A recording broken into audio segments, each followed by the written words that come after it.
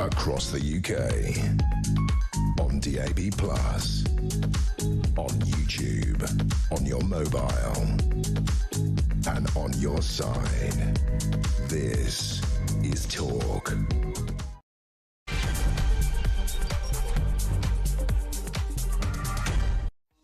Hello there, patriots, you discerning people. Thank you for joining me. Your taste, can I just say, is exquisite, which is why you are not spaffing 70,000 big ones on a bottle of wine that tastes like radiator fluid. No, instead you've poured yourself a three-fingered gin with just one ice cube. Everyone knows those massive Bowsers filled with ice is just a way of pubs spending less on the mixers, okay? Right, clock that. Three-fingered gin, only one bit of ice. Make that tonic water last, my friends. And thank you so much for joining me this evening. We have got so much to cover. And I'm pleased to say, by the way, one of the reasons I've sort of led with the three-fingered gin, it always comes up at some point in the programme, is because I'm delighted to be joined by the extremely exquisite, erudite, and frankly, sartorially dressed, elegant Adam Brooks, publican and commentator. Adam, this is your first time in the studio here with me. Thanks for having me. Oh, it's an absolute pleasure. And by the way, Adam and I have been out for lunch, so we've got to know each other a little bit.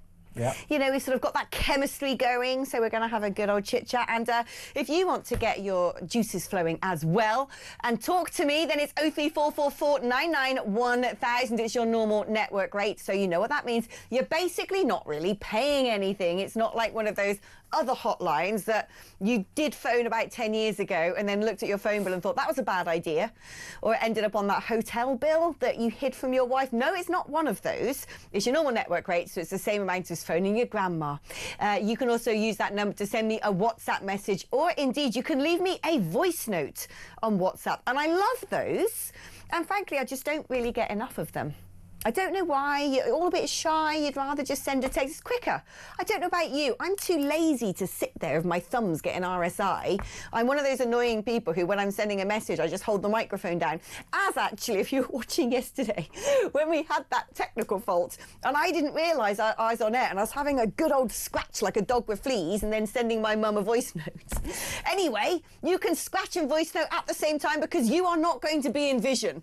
So do send me your thoughts via that particular vehicle as well. If you'd rather send me a text message, because I don't know why. I actually don't know why people still text, if I'm honest with you. But if you still text, you can, and I'm not going to judge. 87222 is the number for that. It's also your normal text rate message, your smooth cost. If you're going to do that, though, you have to write the word talk before you text. And of course, we're on Elon's X at talkTV. Right, Adam, are you ready to rock and roll? I'm ready, as ever. I am so glad you're ready, because I am also ready. Is Kemi Beta not ready to unite the right? Because this seems, well, I don't know whether to say unexpected or desperate or U-turny, but she's urged Reform to turn its fire on Sir Keir Starmer rather than on the Conservatives. And she accused Nigel Farage of punching us from behind and letting Labour off the hook. And I'm like, why does he owe you anything at this point? He doesn't owe them anything.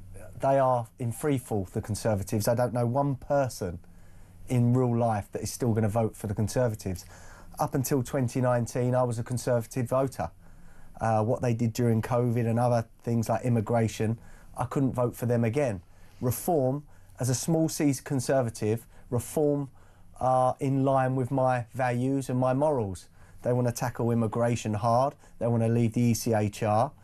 The Conservatives will never leave the ECHR, despite what Kemi will say in Parliament or wherever in interviews. The Conservative Party are full of Lib Dems. They should be Lib Dems. Have you noticed, actually, since the sort of right wing of the Conservative Party have decided they're not really at home in the Conservatives anymore, the Jenricks of this world, the Suellas et al. Have gone, what, do you know what, we still want a political career, we're going to go turquoise. All of those sniffy Lib Dem types, the Dominic Greaves and the Amber Rudds, even Anna Soubry's piping up a little bit from the sidelines, like, oh, great, maybe we can get back in. And I'm like, this is the thing. This was your problem. Yeah, they're too weak and they're too wet. And they go to their coffee shops and they speak to people in these coffee shops with the same sort of ideas of them, and they think that relates to the whole general public. You come to my pub, or you come to Essex or a high road up north and speak to people, the Conservatives do not represent them at all. So Reform are hitting the right notes. We want immigration down, we want common sense brought back, we want our voices heard, and we want to be represented by people. And Nigel seems to have his finger on the pulse there. So, but at the same time, you know, one could say that the Conservatives have got their political stripes. They've been in government. They know how it works. Perhaps they might argue that it's all very well Reform making grandiose statements, but until you're inside, until you're in that straitjacket of Whitehall, until you realise you're not pulling the levers, actually unaccountable civil servants, or even worse than that, the quangocracy control everything. The big lawyers, the supranational treaties. Oh yeah, you can talk the talk as much as you like. Just you wait to see how hard it is to walk the walk. Look, they need a big majority in Parliament to do what we need them to do. So this is my plea to anyone that's out there. The next election could be between the Mad Green Party and that joke of a leader that they've got. He's just a clown show. And Nigel Farage. So even if you're not a Nigel Farage fan, please, I'm just saying, hold your nose. It's the first stepping change for what we need. If the Reform do not win the next election, this country is over, in my opinion. There's no going back. The floodgates have been open with immigration, and you've got Labour saying that they're bringing down immigration. That's because immigration is going up. It's skyrocketing. So it's, you know, it's massaging the numbers. We are letting in so many people. Bringing it down now is almost like bailing out the sinking vessel with a thimble, isn't it? It's like you've actually got to do something a bit bigger. But talking about that, I don't know if you saw this sort of launch of, I don't know, the Conservatives, one of their favourite activities is inventing different groups with different acronyms. You know, One Nation, the ERG, the Northern Powerhouse, whatever. Just honestly, it's got so many people who form their own little alliance. And recently, Ruth Davidson and Andy Street, she used to be the leader of the Conservatives in Scotland. He was the mayor of the West Midlands. Have said, oh, we need sensible politics. It's about time we brought everything back to the centre because Reform are too far right. And what we need is sensible taxation, sensible rules for business, sensible this. Not once did they mention immigration. And yet I get the impression a lot of the public, it's not just a, oh, I don't like these people, my high street's changed. People understand that we're overburdened in the public services because of immigration, that the reason we're paying such high taxes is because there's so many hungry mouths around the table to feed because of immigration, that all of these things that they're espousing they need to do to focus on to bring everything back to the centre, largely the common denominator is immigration. Yeah, they're in cloud cuckoo land if they think taking it back to the centre is going to win them any more votes or even get them anywhere near Reform. The public has spoken. You've seen, I think they've been in front for 200 polls now, Reform, and there's a reason for that, because they are the ones that are talking about immigration. They've taken Conservatives, which some people are not happy about. I'm not happy about Nadeem Sahari. I don't see what he brings to Reform. I am happy about Jenrick, and I am happy with Suella, because even though they were part of a government that opened the floodgates, they were always vocal about shutting them. I feel, especially with Suella, she wanted to do things and was absolutely clearly not allowed. Or was Jenrick? She was thrown out for saying stuff that we could all see happening. With her, you can definitely sort of make the case that she might have sat in that cabinet, but she pushed against them and soon enough got kicked out of it because of that. And you said earlier about people look at Reform and think, oh, hold on, they haven't been in government, they haven't got the experience. You're going to need a few Conservatives that have been in government before to give that experience. People want to know that there are people in positions that know what the civil service are capable of and their dirty tricks.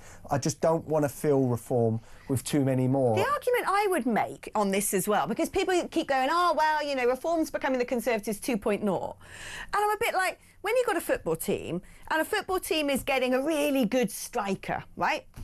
because they're like that. We need to score some goals, and that person's got a great right foot. You don't go, well, Man United's beginning to look like Leyton Orient, isn't it? You just go, yeah, we've got, you know, whatever his face. This idea that reform has to not take anyone from other parties, reform's only been around for like, I don't know, five political seconds. People with political experience, or people even without it who've voted before, are not going to have voted for reform because it didn't exist. Yeah. So where are these people going to come from? You know, they're going to be like cast down by God from the clouds. Here they are, like the angel Gabriel. Let's just say reform, say they get 300 seats. You know, we're hoping at the next election. That's 300 people that have got to represent their constituents as an MP. Now, a few Tories will be lost within that, but their experience will be valuable. We've just got to hope that reform gets some good candidates in. I would think that they've got senior councillors that are going to step up as well. But this whole reform is Conservatives 2.0 is nonsense, really. Yeah, I saw political chit-chat, isn't it? Messages are coming in for you already, son. Really? Yeah, you're more popular than me. I'm not sure you're coming back on this show because I'm the housewife's favourite on Well, you're Trev's channel. favourite, and I don't know if Trev wants to be called a housewife because Trevor's message going, hi Alex, you have a great bloke with you tonight. Adam Brooks, love the man. He's also sent 2 kisses, so maybe it's Trev's wife who's nicked his phone. I don't know. Hello, Trev.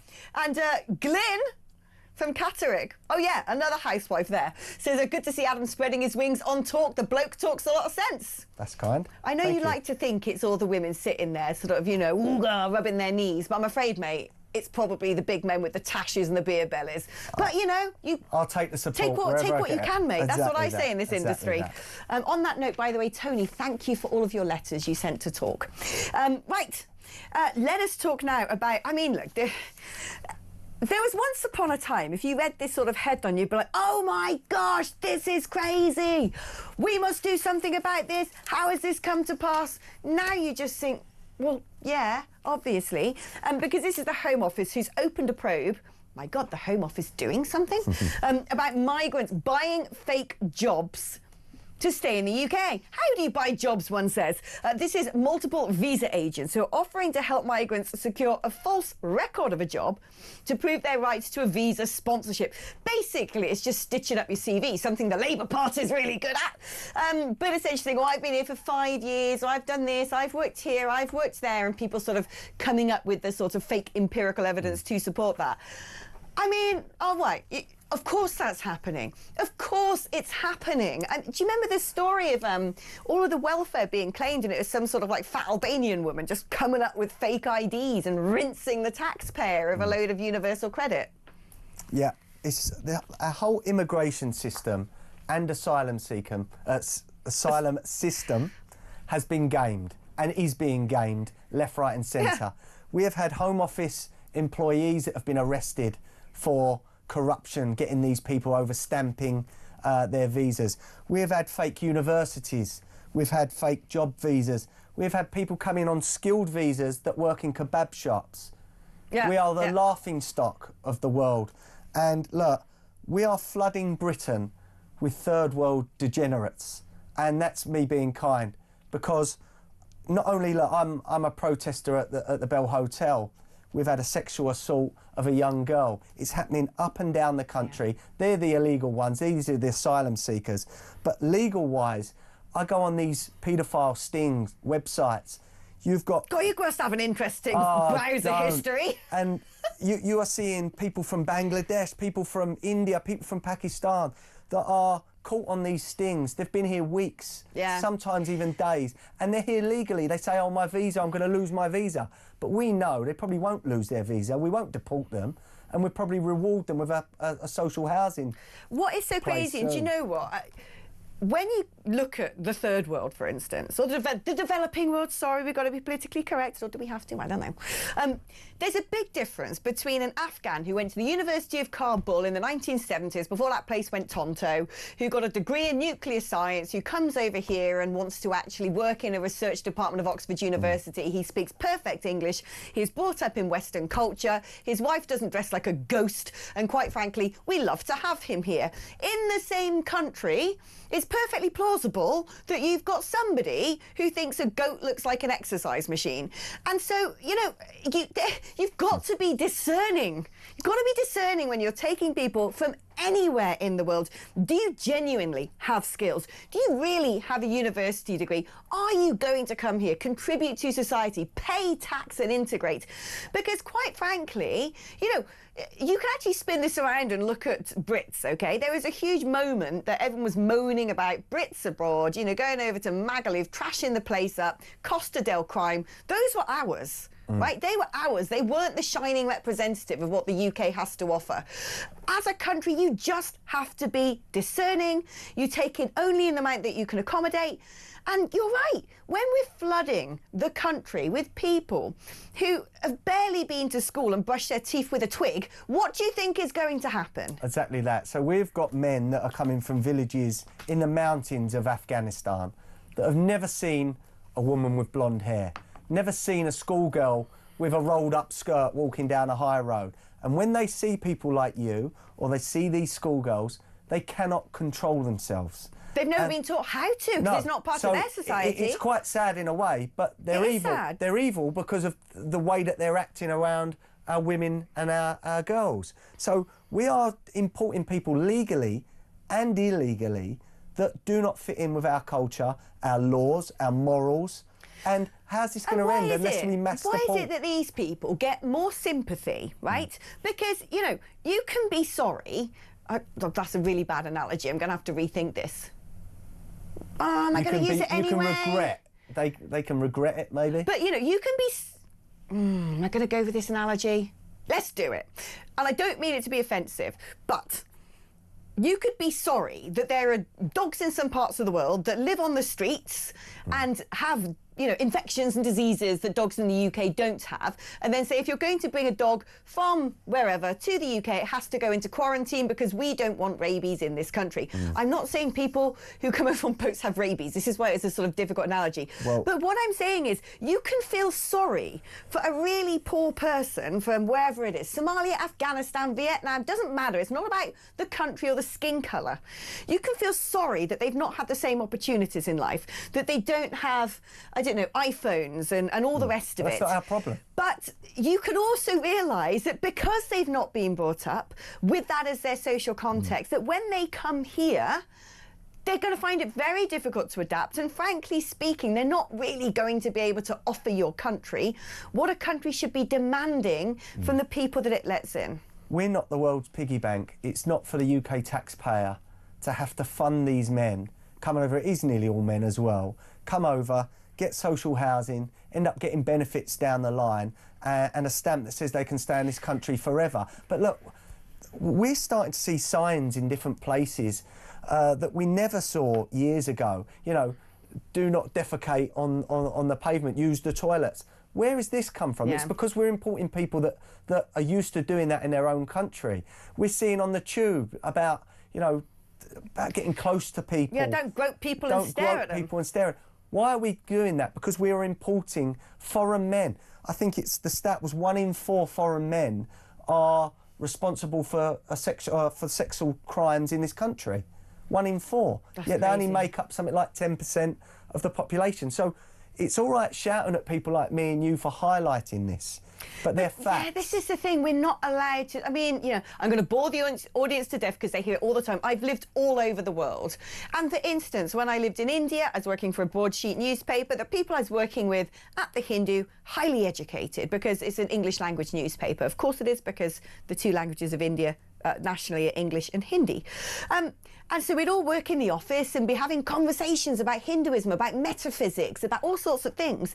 Then you'd drive down the street in Madurai, where I worked, and there would be people who actually, you know, living on the streets, a completely different category of human being.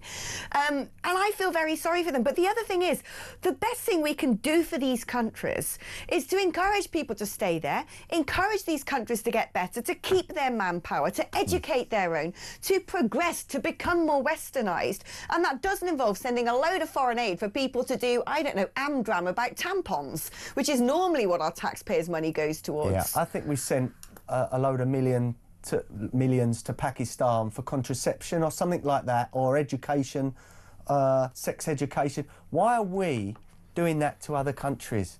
Our taxpayers' money. Why is it down to us to fund these sort of things? And this is where people are losing their patience. The other thing that's so insulting, when I worked in Ghana, when I worked for the President of Kenya, they're doing these themselves anyway. They're actually working really hard in many parts of the world to run these schemes. They don't need, you know, the white man in Britain, you know, the ex-colonialist standing over them going, we know best, because most of the time they're not even educating people about the things that would be useful. It's about pronouns, which frankly, you're not going to convince an Anglican in northern Nigeria to start saying ze and zer. Forget it. It's a waste of time. We're going to take a short break now. Look at this. Trev says, kisses were for you, Alex, of course. Oh, OK. Trev, there you go. Come on, I wanted them. Oh, Trev, mate, you've let Adam down. Oh, look, I'm old school with text. I don't think my app is working. It's great to hear Adam on Talk. More of the same, please. He should be an MP. And that, give her a wink, that's Margaret in Birmingham. Oh, thanks, Margaret. Yeah. Although she says it's great to hear Adam on Talk, so she might be listening on the radio. She might not have caught the wink. Evening, AKEX. I assume, Anna, that is a spelling mistake, but I quite like AKEX. Ask the hottie totty next to you. Yeah, where's this? Where's that? I don't know. If he's planning on running as an MP, would you? No. I'm good on the sidelines. I like to have a rant, but I don't like to be told what to do. So if I was asked to vote for something that I didn't agree with, I wouldn't vote for it. And so I'd probably be chucked out straight away. But Nigel, if you want an advisor, I'm here for that. There you go. You can be as a man in Essex. That's it. Right, OK, let's take a short break now. If Glyn says, I'm a bloke, we guessed that. You're called Glyn.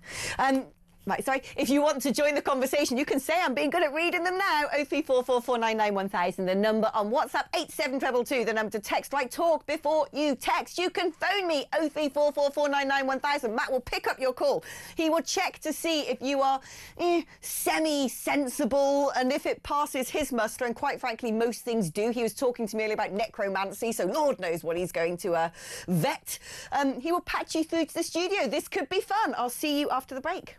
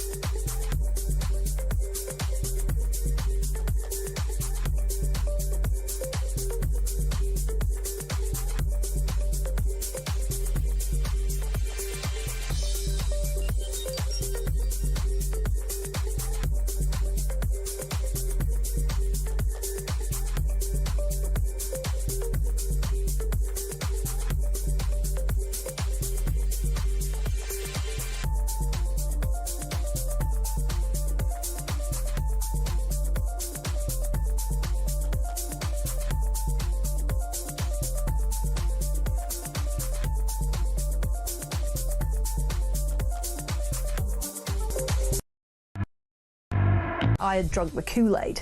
I believed that doing more business with China was going to be good for both of our countries. As I got more senior in the government, I saw what a massive security threat China was. It was particularly under the Boris government. We were forced by the Americans, by the then first Trump administration, to rip out the Huawei components. And it's clear that China is trying to infiltrate our system.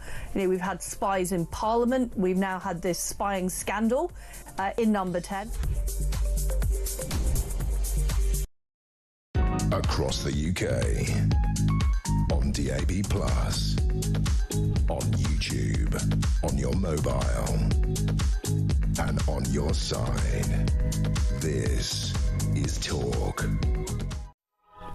All right, welcome back. The messages are flooding in. Oh, by the way, Joanna from Salisbury says, hi Alex, last night was a treat. When is One Night with Alex Phillips and Paul Cox? If anyone watched it last night, I don't really know what happened. We spent the last half hour of the programme talking about canned meats, the amount of jelly in Spam, 90s throwback buffet snacks and children's TV. So yeah, maybe, I mean, who knows? Let's see how many stories that my producer Dean has put in the last hour. It could go anywhere. But that's kind of what's fun about doing the late night shift. Good evening, Alex. The Green Party have announced a candidate for Gorton and Denton by-election. Have they? She's a transgender woman. I don't think it is. I think that might just be an ex-rumour. Unless I'm wrong, I haven't been on the news much today, but I think that might just be a rumour. Really? Oh, yeah, because I don't think, well, we'll have to wait and see, because the candidate for the Greens is going to be a very sort of, that's going to be what matters. They're not stupid enough to put a transgender in a constituent where they're going to hope for the Muslim vote. See, I reckon, because there was talk about it being the deputy leader, Mohsin Ali, who said some pretty choice things. Yeah. But I think if they think they can get away with it, that would make a very interesting by-election, for sure.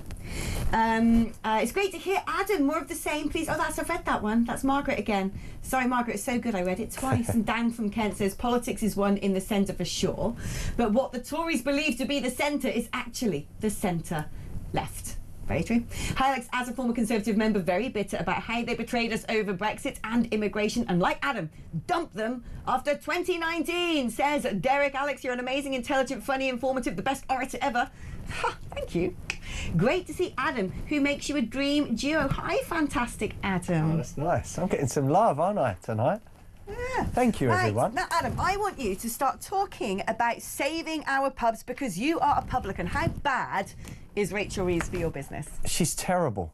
And I can't stress enough, this government is either inept and utterly stupid, or they're doing this on purpose. There's no other options. They're one end or the other. This 15% discount on the rates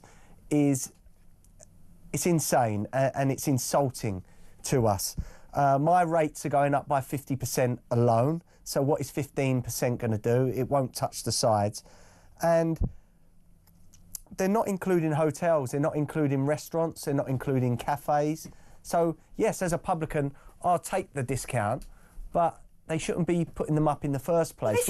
We should be getting targeted help, and I've said this enough times on TV, radio and on social media. Across Europe, the VAT rate for hospitality and tourism is half that of ours, roughly. I think Ireland is 13%. We're collecting 20%. So a pound goes straight to the government.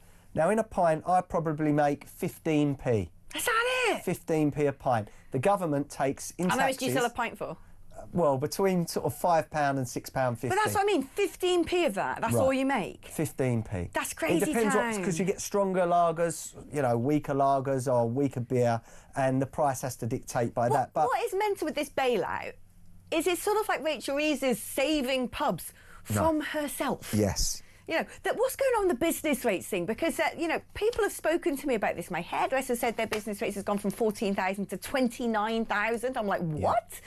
Yeah. But when you read in the newspaper stories of publicans saying, especially old historic pubs in the countryside, for instance, we didn't pay business rates before, and now we've got a 30 grand bill. And you're like, this is not a small amount. Look, for me, it's an insult that we have to pay business rates, yet we still have to pay for our own rubbish collection and other things. I don't know where that money's going. One thing I will say, I believe the Conservatives are saying they're going to abolish business rates, which would be welcome. I wouldn't vote for them on that, but I think Reform have got to look at this. I think Reform are looking at the business rates model.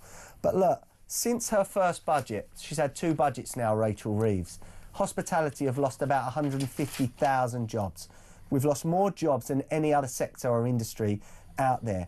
The national insurance contributions rise. Right, because you face that as well. Minimum wage has gone up, which is what you're probably paying. Your energy bills has gone up. You've got business rates going up. You've got the actual tax on alcohol. What about sports in pubs as well? Right, If people want to go watch the football, what are you paying for that? Look, so people won't believe what I have to pay to show football. I've got a back street pub, OK? Not a big high road site, a back street pub.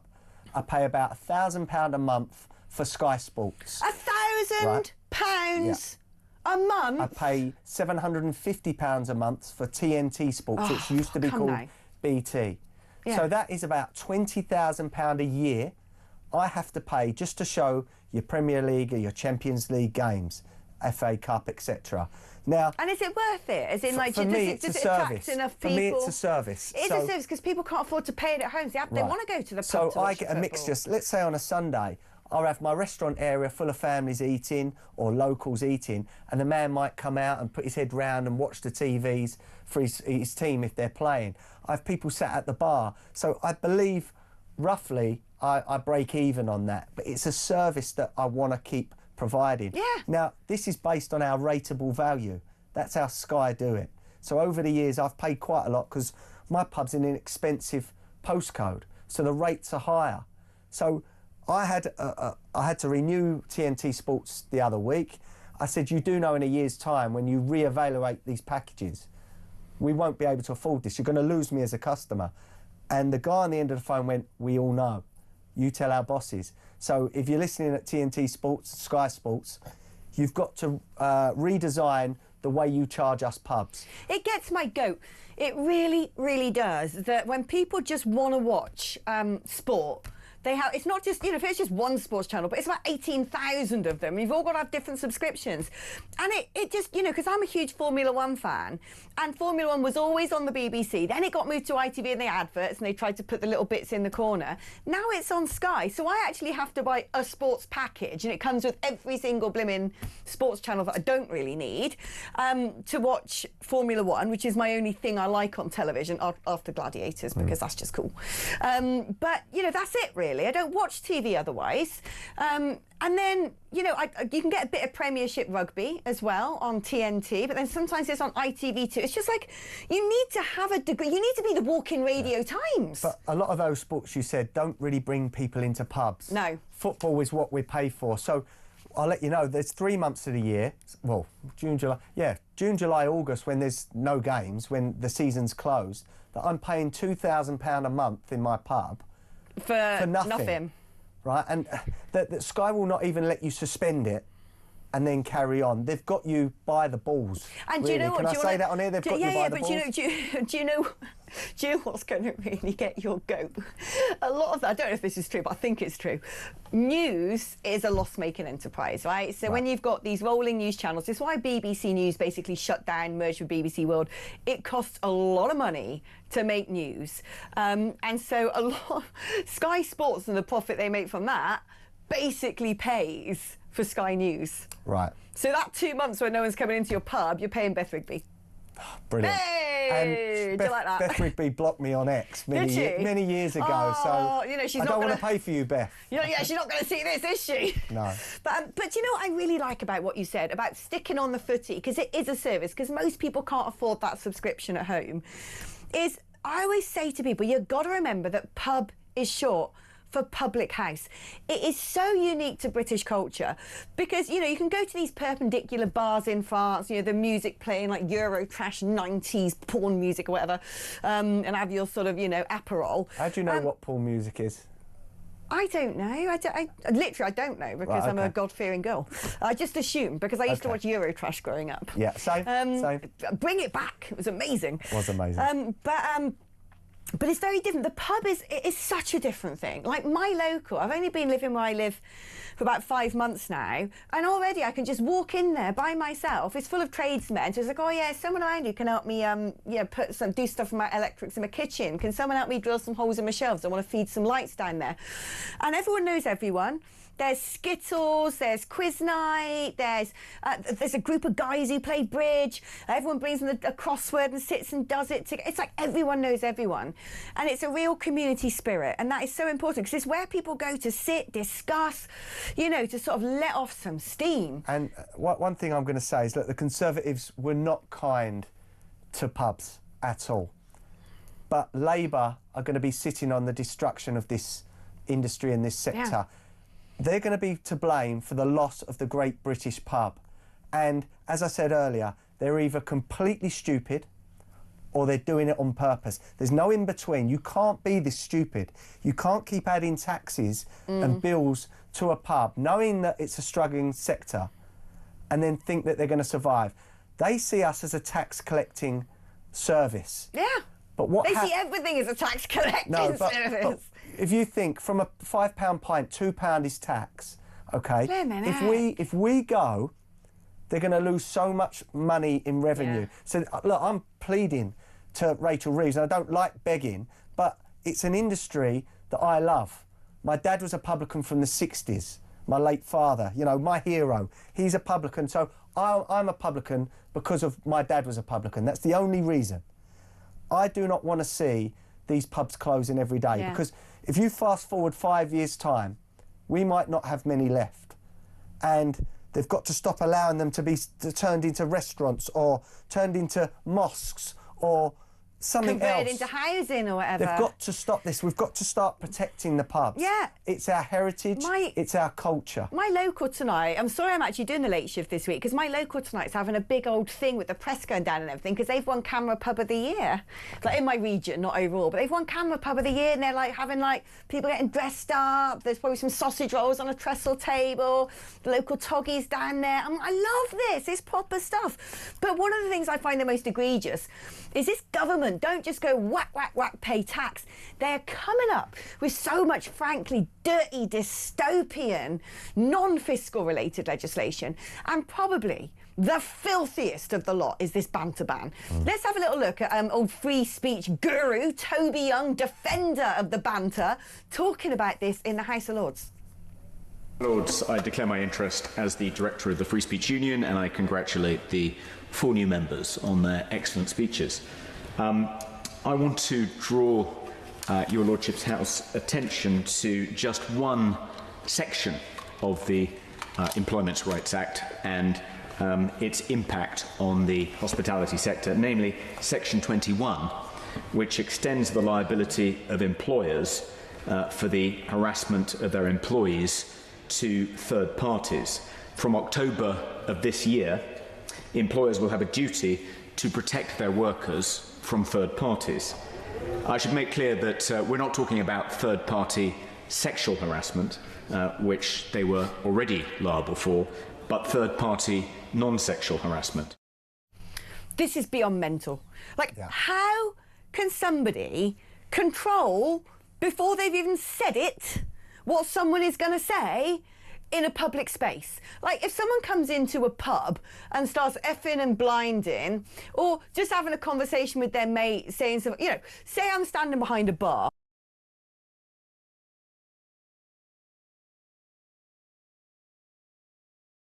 girl with a barge pole, they actually make me feel sick to the stomach. I wish blonde girls were like, you know, just thrown out on the streets. They shouldn't be working, they should clean behind their fridge, you know.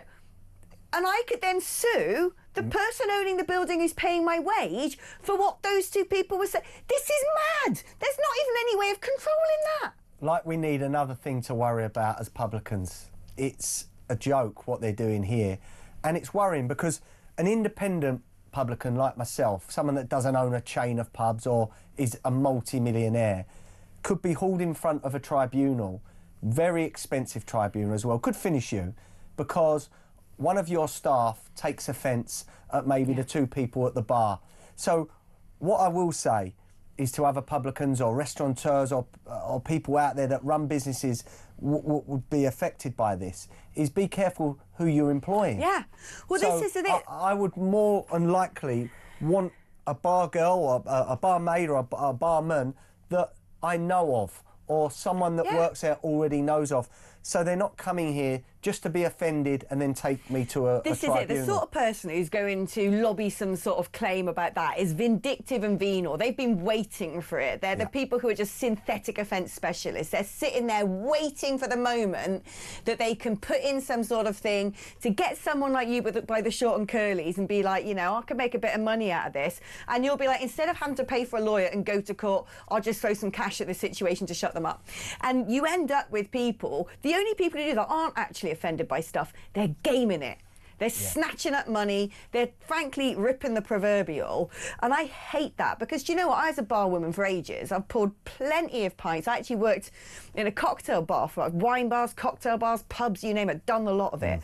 And when you stand at a bar, you've got to be able to say to whatever, oh, shut up, you know. You have a good chat with people as well. But also tell people to zip it. We're from a generation where, like, I can't tell you some of the things that happened to me when I was 16 and I started up the city. You know, some of the awful things that were said to me, the positions I was put in, how I was treated, ended up moulding me into the person that I am. Because suddenly you go from school to an environment where people are quite nasty, or, you know, they're bullying, or they want to banter with you, and it either makes you or you breaks you. And that's why I think, you know, people of our age, maybe 40s, 50s, 60s, grew up. Are you putting us in the category going up to 60s, Adam? No, we grew up in a generation where we took that and it made us stronger, or it made us the people that we are. We know how to deal with that. Now these youngsters are so weak, and so they're perpetual victims. Yeah, and it's the death of humour as well, and humour's cathartic. Right, we're going to take another break. Could talk about that forever. Also, I don't know about, like, just quickly, because Dean's going to, like, lose his rag here. But when I worked in a pub, there's a certain category of person, I've worked in Oxford, but there's one pub, certain category of person who comes in, sits at the same place, same time of day, has that same glass, and they always have bags for life.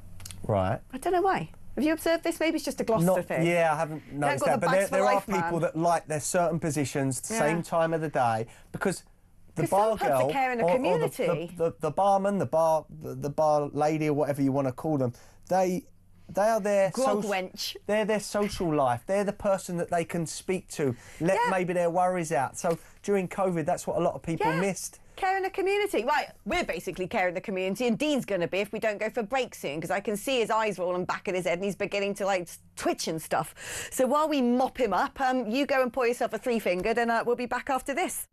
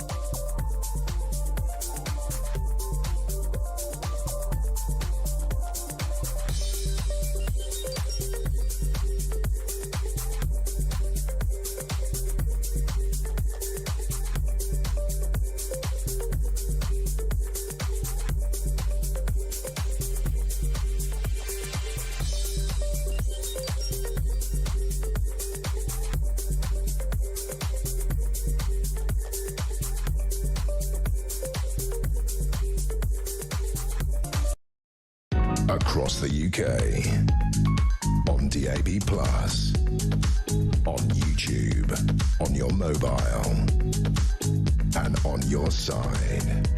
This is Talk. Oh, hello there. Sorry. Literally messaging my accountant. It's that time of year and it's like, oh my gosh, got to get the tax return in. Rachel Reeves is getting hungry. And my accountant's like, what's this? What's that? What's this? Because when you're freelance, it's like all over the place. And she just went, what are these payments from Citibank? And I'm like, oh, they're just like the little ones they get every now and then from X. Oh. Do you ever get, you know, on Twitter, as I still like to call it? Yeah, monetised. It's only like, you know, a little bit here and there, but my accountant spots everything. It's like, what's this £22.73 in it? And I'm like, oh, that's Elon. Thanks, Elons. Yeah, thanks, Elon. Yeah, appreciate cheers, that. Yeah, I like that. Good evening, Alex. Great show. Tell Adam to keep up the good work. Keep up the good work. Thanks. Adam, you are a legend. You speak for so many of us. Keep up the fight to save our country, says Simon in Norwich. Cheers. Message for Adam. Love seeing you, says Diane. Nice. Huge fan base out there for you. That's lovely. Do you know, I go home early tonight. I'll make the last train back to Gloucestershire if I go by 9 o'clock. Do you want to sit here? Come on. Let's do it. Want to try your luck? I've always fancied myself as a presenter. I think you'd be good at it. Yeah. And this is, you know, it's not like auto cue world here. You just sort of like gas Rent on. off. Yeah, rent off. That's exactly what you do. It's brilliant. I'll tell you, it's a minefield though, because you're not reading things that have been scripted for you, and it's just free-flowing conversation. Every now and then you say a word that's on the Ofcom. list. And I think earlier Dean had to press the magic button. Did you say it or did I say it? It was me. I got right. magic buttoned. It wasn't you. It wasn't my degenerate. And it was... No, I'm not going to say it again. Right, okay. But you just don't know what's on that list. Yeah. It's like, you know, it's the banter ban of Ofcom, basically. Banter bans are everywhere. This is sad. There's this campaign that's been set up called Operation Lower the Colours. It was always going to happen. I mean, people started going out from local councils, Jobsworths and, you know, anti-British racists. But now there's a group that's been set up to actually pull down the Union flags that have been put up over the summer. They work on social media and they've created a live map pinpointing the exact locations. The left, when they go about doing this stuff, they're always quite sophisticated. They've always got sort of like... Unhinged, I'd like to. It's quite creepy, you know, because on the right wing, she's like, oh, you go on Amazon, buy that 99p, tie it around there, yeah. The left wing was like, yes, we're going to have an interactive map, we're going to have little roles, and we're going to work together, and what are they going to replace them with? EU flags? Probably. Losers. Oh, gosh, don't. I'm getting losers. flashbacks to the Brexit years when you had, like, the blimmin' adult weird rag week. They probably want to put the trans flags up every other one as well. We're forced having those anyway, aren't they? Trans flags, EU flags, rainbow flags. In fact, for people who seem to like blimmin' flags so much, it's funny that they want to pull them down. Yeah. But anyway, one apparent ringleader of Operation Lower the Colours. They're always anonymous as well, aren't they, these people? They won't ever stick their head above the parapet. Asked fellow users to submit details of any remaining flags. One joked it had been windy around Portwood last night. Another blamed a freak of nature storm. The sneering group openly congratulated each other for tearing the flags down and complained they were sad to see so many flags still flying. I mean, what has happened to people when you get to the stage, you are ripping down your own national flag in public areas? Yeah. Like, what has happened to send people to that zone? That's a mental illness. It's a mental illness. These people that are going around pulling these flags down are showing signs of mental illness. Look, raise the colours of boys that of fellas that I've met. They're putting the flags up to signal that we are being forgotten. We are being invaded, as I said, by people from the third world, and our government are making us pay for the privilege. Yeah. When you see our national flag along a road, it makes me proud. But it also reminds me that there are plenty of people in the community that want to see an end to us being put second.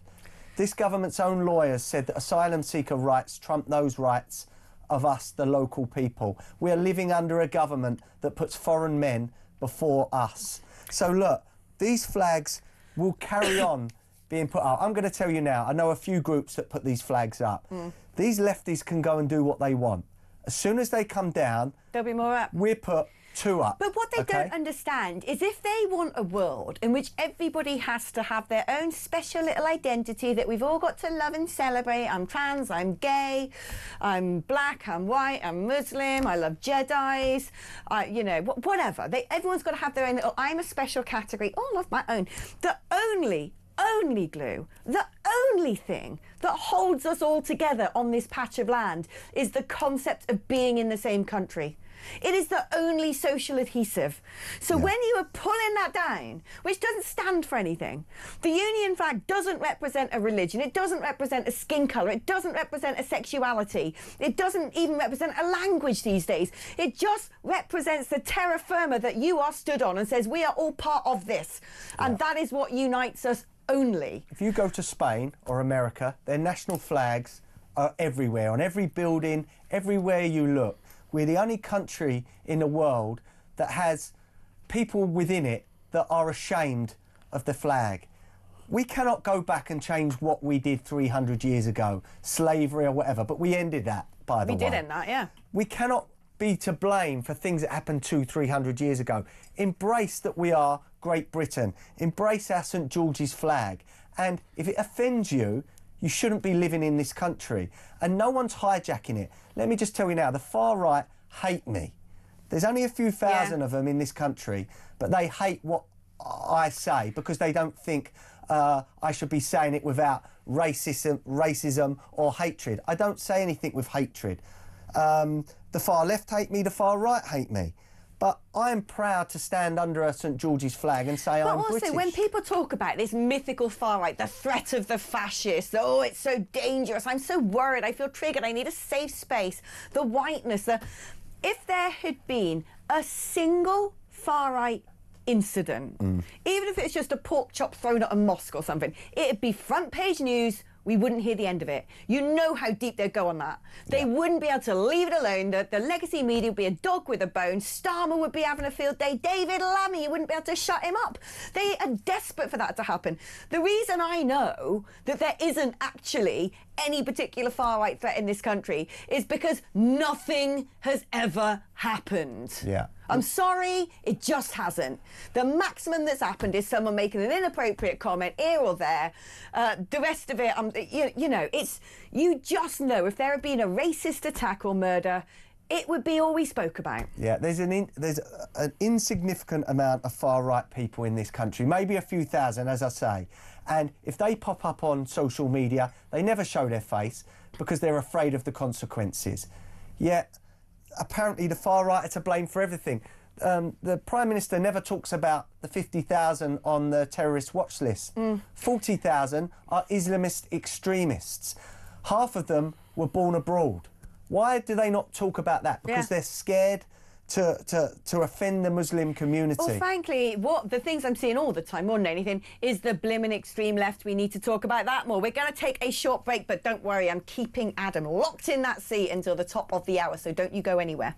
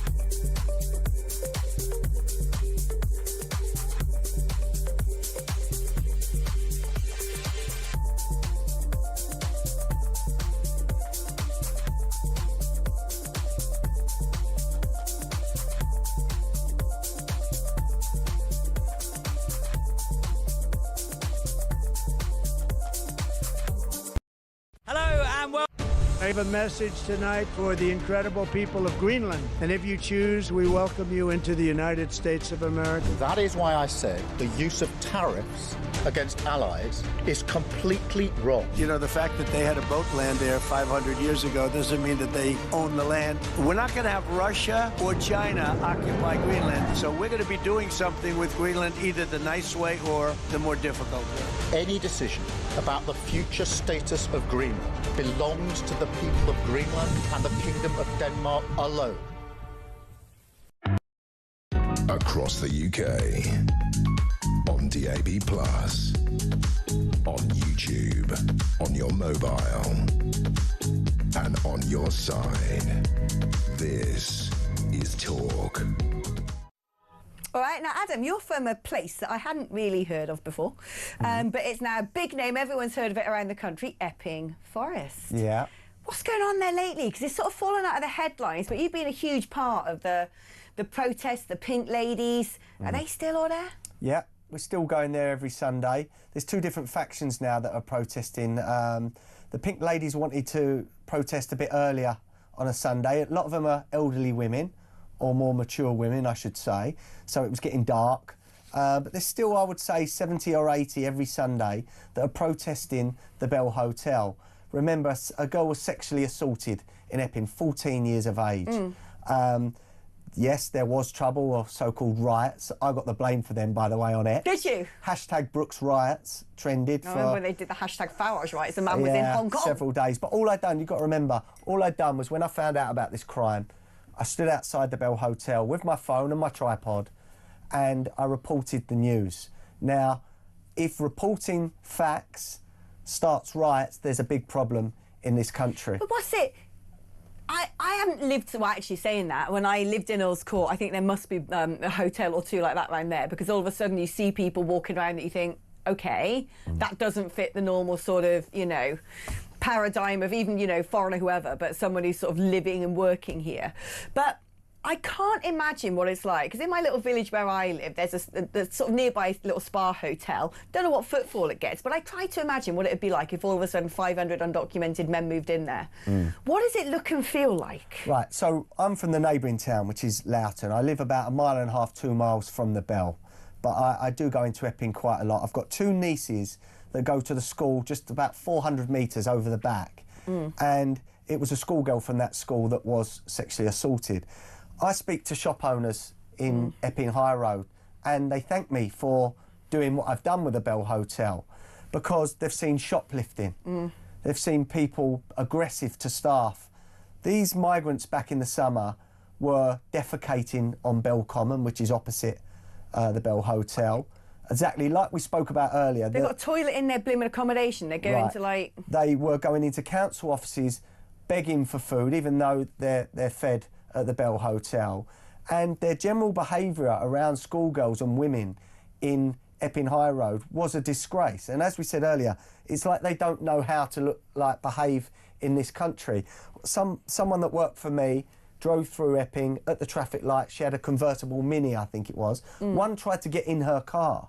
Now, that's how scared local women are. Unfortunately, because it's been a few months now, the protests have calmed down and the messaging seems to be lost a little bit, that we've still got 135 men in the Bell Hotel that are unchecked, unverified. We have no idea what they've done in the countries where they've come from. Half of them are coming from countries there's no war in. They're here for what they can get, and they're going to try it. And it's only a matter of time before another one of these migrants commits a heinous crime in Epping. Well, it'll be happening all the time, and frankly, it'll be kept from us because they know we live in a tinderbox. Now, Adam, it's been so good having you here. It's gone so quick, an hour. I love the fact you've popped your talk cherry with me. It's been brilliant. And let's do it again sometime. And thank you for all your messages. Keep them coming in. 03444 991 1000 is the number to send me a WhatsApp or leave me a voice note on WhatsApp. 8722 is the number if you want to send me a text, like talk before you text. And do stick with me because there's 2 more hours to go.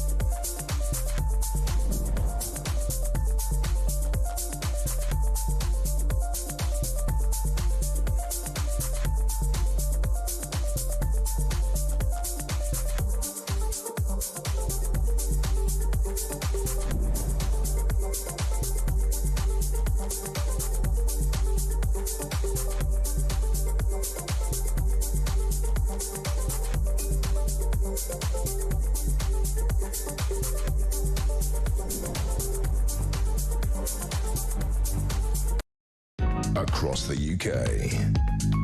On DAB+, on YouTube, on your mobile, and on your side. This is Talk.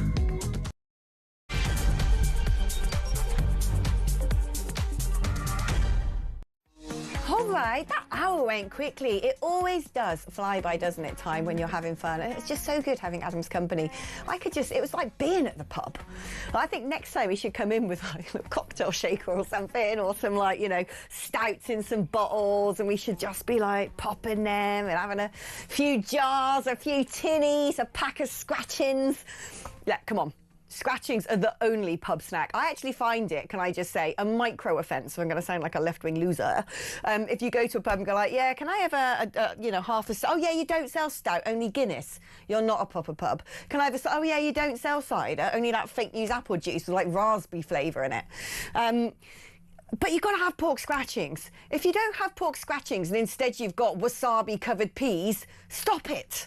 Just, OK, you can have wasabi-covered peas if you want them, or like that weird Bombay mix that looks like bird food. And also, I got this thing now about dogs, not dogs, pubs that have all these dog treats on the bar. I mean, I don't mind a dog at a country pub going for a hike, but everyone brings their dog everywhere now, and frankly, I'm not for it. I'm not for it because I don't like dogs. They smell funny and they act like toddlers. But also, I'm allergic to dander. I'm allergic to pet dander. And so if I go to a pub and everyone's blimmin' pet is in there, well, I'm like I was last night when I didn't think I was even on air. I'm like, it's horrible. It's horrible. Think of all the people who've got like rhinitis. It's all of us allergic types.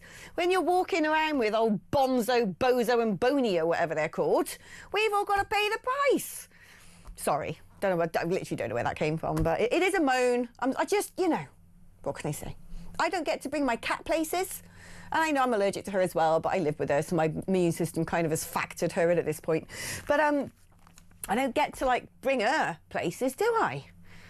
Yeah. That always gets people riled up. When I moan about dogs, everyone's there with their, precious pooch and has to have a go. And do you know, it's a bit like when people go, I know you don't like dogs, but have a look at mine. And I'm like, nah. Don't even try. And don't be insulted if you then show me a picture of your dog and my reaction is, nah. Because I just miss the dog-liking DNA. I just don't have it. You know, some people feel like that about babies. Look at all these pictures of little Camilla trying to walk. And people are like, I don't want to see it. It doesn't interest me. That's how I feel about them. So, and it's always weird. People who own dogs think that their dog's going to be the one that converts you. It's not going to happen. Although I do like a good golden retriever. I actually really like those. They're awesome. Right, sorry, I'm just sort of freestyling there. 03444 99 1000 is the number to send me a WhatsApp message or leave me a voice note on WhatsApp. Sam's going to do his DJ Sam One Ear Up remix and some of those for a bit later. Matt is poised to vet you on the other end of the blower to patch you through to the studio a bit later. Normal network rate, same long number, 03444 499 1000. 8722 is the number if you want to send me a text message. Like the word talk before you text. Boo. Okay, right. Now, this has made me sick to my stomach. What is it with this cronyhood of far-left human rights barristers running this country? It's almost like they can't sink any lower in what their little hobby horses are, in their twisted ideologies. And this... It's like we've become so normalised to the horrors of this government that you read something like this and you think that should see him out of office. I'll tell you what it is. Our Prime Minister, the man who essentially is the head of all new legislation in this land, likes to make a little bit of new legislation back in the day, didn't he? When he was at that ghoulish chambers that he helped to establish, with all of his mates selling off the Chagos Islands. Oh, do you know what they got up to? So Keir Starmer, our Prime Minister, spearheaded a legal case that paved the way for hundreds of British servicemen to face a dogged pursuit over alleged war crimes. He actually not only did that, he donated his services free of charge. It weren't even for the cash money.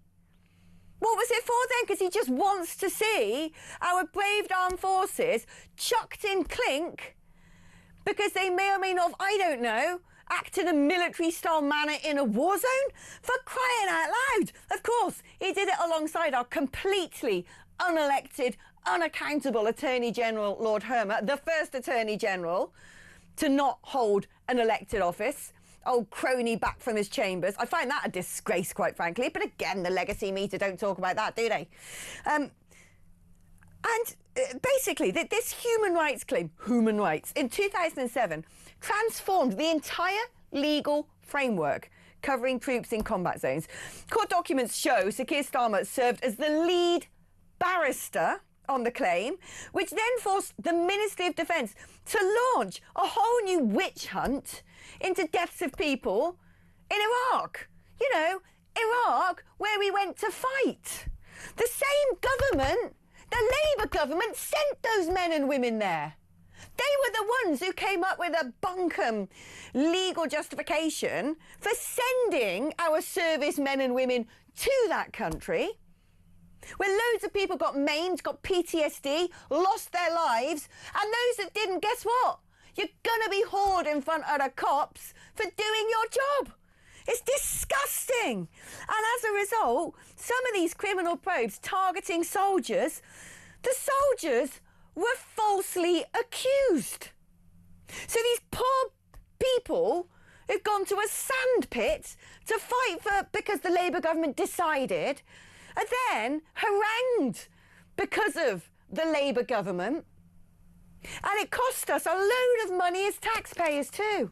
It is the most deranged setup I've ever heard. And you know, Boris Johnson ate a blimmin' petrol station cake during COVID in a room that he was in about an hour before and happened to go back into because it was his birthday after the working day had ended, and he got out of office because of that. And this absolute thing who did that is still sitting in number 10. And what's worse, he's putting out these videos on TikTok, isn't he? Sitting in helicopters, going about on warships, the big I am on the geopolitical stage. Oh, look, I'm great at foreign affairs, me. Are you? Are you? When that's the way you've treated our soldiers that your party sent there? What is wrong with you, man? Have you checked your moral compass lately? Oh, it doesn't happen to be in your utility belt, does it? Blimmin' heck. Oh. Let's speak now to Mike Neville, who not only is a retired Scotland Yard Detective Chief Inspector, but will have something to say about this. Mike, I mean, this should bring him down. I was an Ulster veteran. I served in Northern Ireland, as my brother did, and my brother served in Iraq and Afghanistan as well while I was in the police.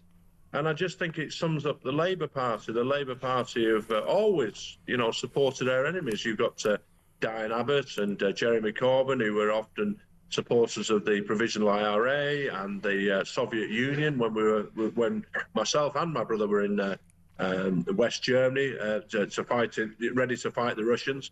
And these war trials, you know, these war crime trials, they just bring in money for lawyers, these human rights lawyers.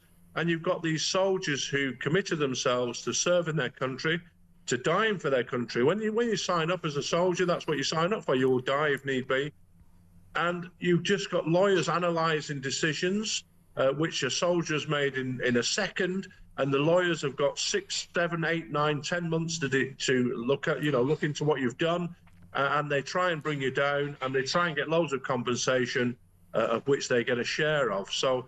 In all these things, you follow the money. I don't know if it's even worse, but he did it free of charge. He did it pro bono. I'm looking at that footage up there where he deigns to wear that uniform. That's made me feel sick. That's made me feel sick that he's cosplaying in combat gear, knowing that he willfully launched a witch hunt against young men and women who were sent, probably some of them against their will, to a war that the Labour Party themselves invented. It's just sick. Well, as a soldier, you go where you're told. And like I say, the fact that he did these things... You have to go if you're a serviceman or woman. You go and you do your duty, and you're pleased to do your duty. But the thing is, with Keir Starmer, he's a globalist. So he has no, in my view, he has no loyalty to this nation at all. He cannot comprehend that the men and women who serve this nation have loyalty to this country. And he just sees them as easy game. And we know he has an obsession, doesn't he, with the international law, you know, this vague concept. And so he sees the British soldiers as the invaders of Iraq, not the people who liberated it, got rid of a wicked tyrant. And he will gladly prosecute men and women who have gone out of their way to give their lives to this nation. But this, I'm trying to understand. It's really hard to put yourself in the shoes of Sir Keir Starmer sometimes because he's just not wired up like a normal human. I'm finding it really hard to understand how a man sits there and says, right, the party that I support, because one assumes when he was a human rights barrister, is still a member of the Labour Party or whatnot, who sent these people to that war, I'm going to, for free, try and launch prosecutions against them for things they may have done to people who they were told they had to fight. Like, and I'm going to do it for free. This wasn't for money. I want to do this because he must believe so passionately about this to take your time to do it for free. If that is, I'm sorry, if that is the wiring of the man running this country, what on earth is it? What is that? Well, I think often with these people, they're absolute virtue signalers. They can make enough money, these human rights lawyers, in other cases, and so they can give their free time, I suppose, to prosecute people who are trying to do their best. Who make the key thing for me, Alex, all the time is that soldiers, and like police officers, we saw if you draw a comparison to the officer who shot Chris Cabot, he had like 2 seconds to make a decision. Soldiers in Northern Ireland, Iraq, Afghanistan often have seconds to make a decision whether they're doing right or wrong. And these lawyers then pore over these things. And they know that they can then virtue signal by dragging these soldiers through the courts. And often when you're in the other thing as well, is when you're in Afghanistan, is that human life is not valued the same as here. You know, you give somebody 50 sheep and they're sort of happy with that. But these human rights lawyers think that the Afghanis will be pleased if you drag a soldier through a court and throw him in prison for murder. The people in Afghanistan are not interested in that. They're interested in that you pay us 50 sheep and the whole thing's done. But we have a class of people in this country who are completely detached from me, you, and the ordinary people who are listening and watching this station. It's not the same as us. They're not the same. This is so gross. The more you read it, the more utterly vile this story becomes. As part of a 2007 claim, Sir Keir Starmer and Lord Hermer, our Prime Minister and our Attorney General, the two most senior people running the law of this land, pushed the courts to launch a new probe into a British soldier who had been exonerated twice over the death of a man. And they said to judges that the early investigations had been wholly inadequate. He then faced allegations for 13 years before a judge determined he had not done anything wrong. And the claims that the Prime Minister and our Attorney General cited were discovered to be based on a false document. A false document, they're crying out loud. And then one of the other solicitors who brought this case and whose firm generated the allegations was struck off and convicted of fraud because he made false claims and paid intermediaries, paid them to procure evidence from Iran. These men should not be in those positions.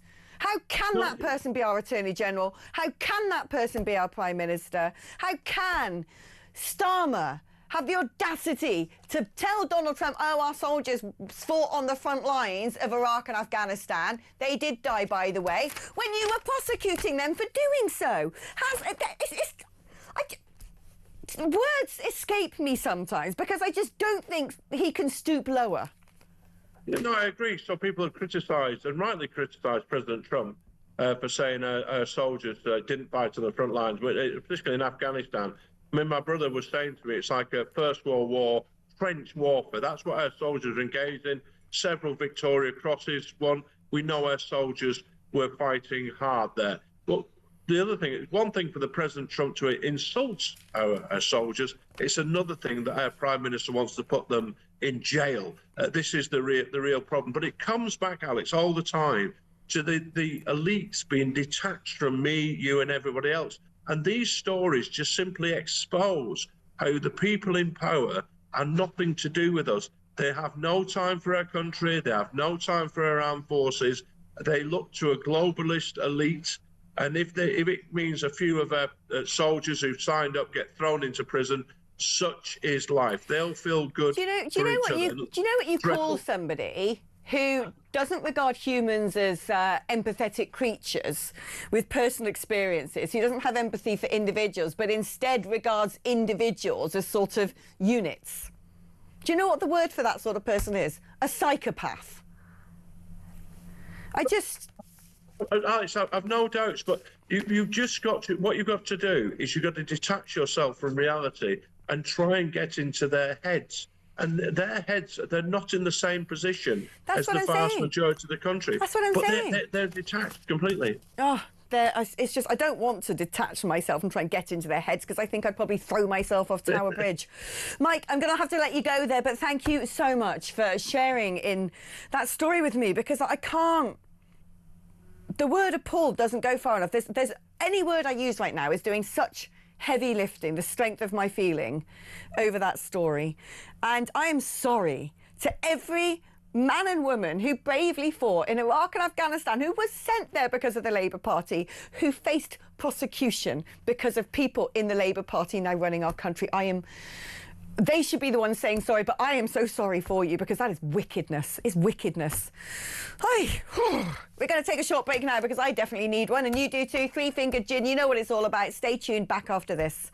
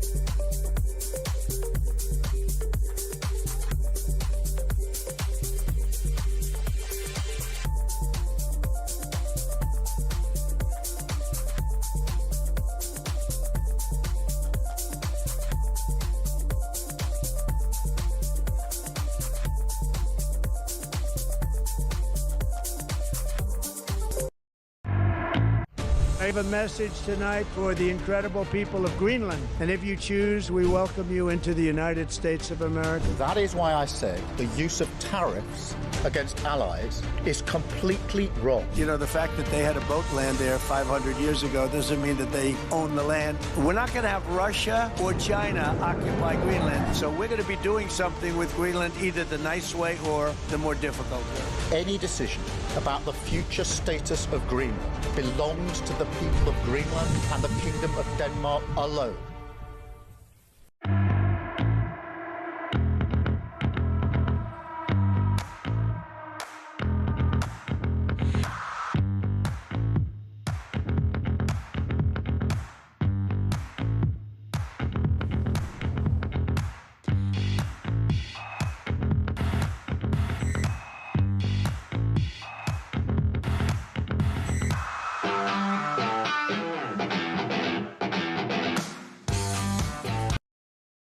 Across the UK, on DAB+, on YouTube, on your mobile, and on your side. This is Talk. Do you know, sometimes with the news, you sort of think it can't be a mistake anymore that there's a migrant crisis in Europe. It cannot be a mistake when constantly All over the EU, there are leaders making the most mad decisions when they know the general public are up in arms about this, when they can see the effect it's having, not just socially on a country, but in terms of security, in terms of GDP per capita, on all of it, across the board. And then they do things like this. So Spain, they're a socialist government, so kind of to be expected, but they are giving 500,000, 500,000, undocumented migrants legal status. This is an historic day for our country, says Elmer Saif, Spain's Minister of Inclusion. There you go, Minister of Inclusion, that says it all, doesn't it? The thing is, right, if all these undocumented people have broken into Spain, and Spain's been on the front line of the migration crisis, if you suddenly go, right, you've got legal status, well, guess what that means? I bet they can go anywhere in Europe, can't they? Let's bring in one of my all-time favourites. He is unbeatable when it comes to this topic, political theorist Ralph Schulhammer. How are you doing, Ralph? Hi, Alex. Good to see you. Now, hey. I have to ask you something. Yeah.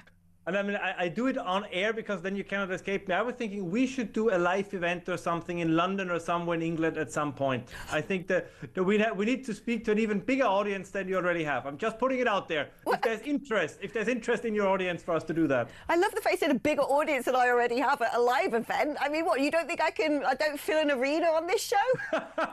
Watch yourself. I was up for the idea until you just blew your chances there, son. That came out completely wrong. You know, English is not my first language. Sometimes I say things that I don't mean, and I mean things that I don't say. It's a tricky thing. Do you know, I think it's a really good idea. I thought we're having dinner soon. When are you over? Well, I'm still planning it, but I will keep you and your viewers posted, because what we're experiencing right now, and this dovetails also with what's going on in the United States, it feels like this is I hope always that this is the last hurrah on the left, but I think they start to push now even harder because they see that the political winds are changing. There was an absolutely interesting event in Davos. Larry Fink, the CEO of BlackRock, not somebody I would assume we are huge fans of, he said during a panel that the paradigm that Western economies need migration to keep its prosperity and its living standards is wrong, because due to technological progress, we probably can keep our living standards without mass migration. So even Larry Fink is now saying that the argument the left is often making, oh, we need migration because of economic reasons, he says that is no longer true. And I think if this is the new view that is gaining ground, people like the Spanish government, they say, oh God, we have to push now even harder in a shorter period of time because the winds are changing. So it's interesting what's happening at the moment. I mean, what sort of a risk do 500,000 undocumented men in Spain getting legal status have on the rest of Europe? Because with the Schengen Acquis, with open borders where people can move about freely without any particular checks, given that these people, Lord knows who they are now here to stay, I mean, that impacts everybody in Europe. Well, look at it from this perspective. Every dam break starts with a little crack. I mean, what do you think is this going to do in the origin countries of migration? They say, hey, well, if the Spaniards give 500,000, I would say illegal migrants, I'm not sure why we also use the term undocumented migrants. It's an illegal migrant. No, if I drive my car without a permit, I'm not an undocumented driver, I'm an illegal driver. So this is even the narrative, the language you use. But the idea is, of course, that it's 500,000 now, it's 500,000 again next year, it's 500,000 again the year after, and at some point there's going to be a blanket amnesty because, this drip makes no sense. Let's give it to all of them. I mean, they did, by the way, I think this was during the Reagan administration or shortly after, they did it in the United States, and the promise has always been, you know what, we do one amnesty and then we close the border. But they always did the amnesty, they never closed the border, right? It's always one half of the promise that is being kept, and it's got to be the same thing here. I actually find the word undocumented more harrowing than the word illegal. There's one thing if someone is illegal, and that's pretty grotesque, but at least you might have some idea who they are, where they've come from, and their backstory, even if they did break into the country. Undocumented? I mean, that's playing Russian roulette. That's spinning the barrel and hoping one of them isn't a bullet. And you know, as somebody who comes from the city of Sigmund Freud, it is such a Freudian term, because what you, not you as a person, but those who use the term are saying is that whether you're English or not, whether you're Austrian or not, is a matter of documentation. It's a matter of bureaucracy. It's a matter of, you know, administrative acts. No, that's not what it is. I mean, this is the entire debate we have, particularly on the political right at the moment, which is a heated debate on what does it mean to be Austrian? What does it mean to be German? What does it mean to be English? And it certainly is more than a piece of paper. This is always my argument about citizenship, like this idea that if somebody has a passport of a certain country, that makes them in every dimension that is necessary for a society to work a citizen of that country is not true. And this is, again, this is this weird Western over-administrative, bureaucratic idea that whatever happens is just a matter of documentation. By the way, this is the same what we see at the universities. If you have a title, if you have some credentials, then supposedly that means something. No, it doesn't. Do you know, I wouldn't have noticed this story were it not for you filling up my timeline because my algorithm's got good taste. But, you know, our media in the UK doesn't really report on anything that we should know about or anything that might be of interest to us anymore. All we hear about is like a football commentary over Gaza.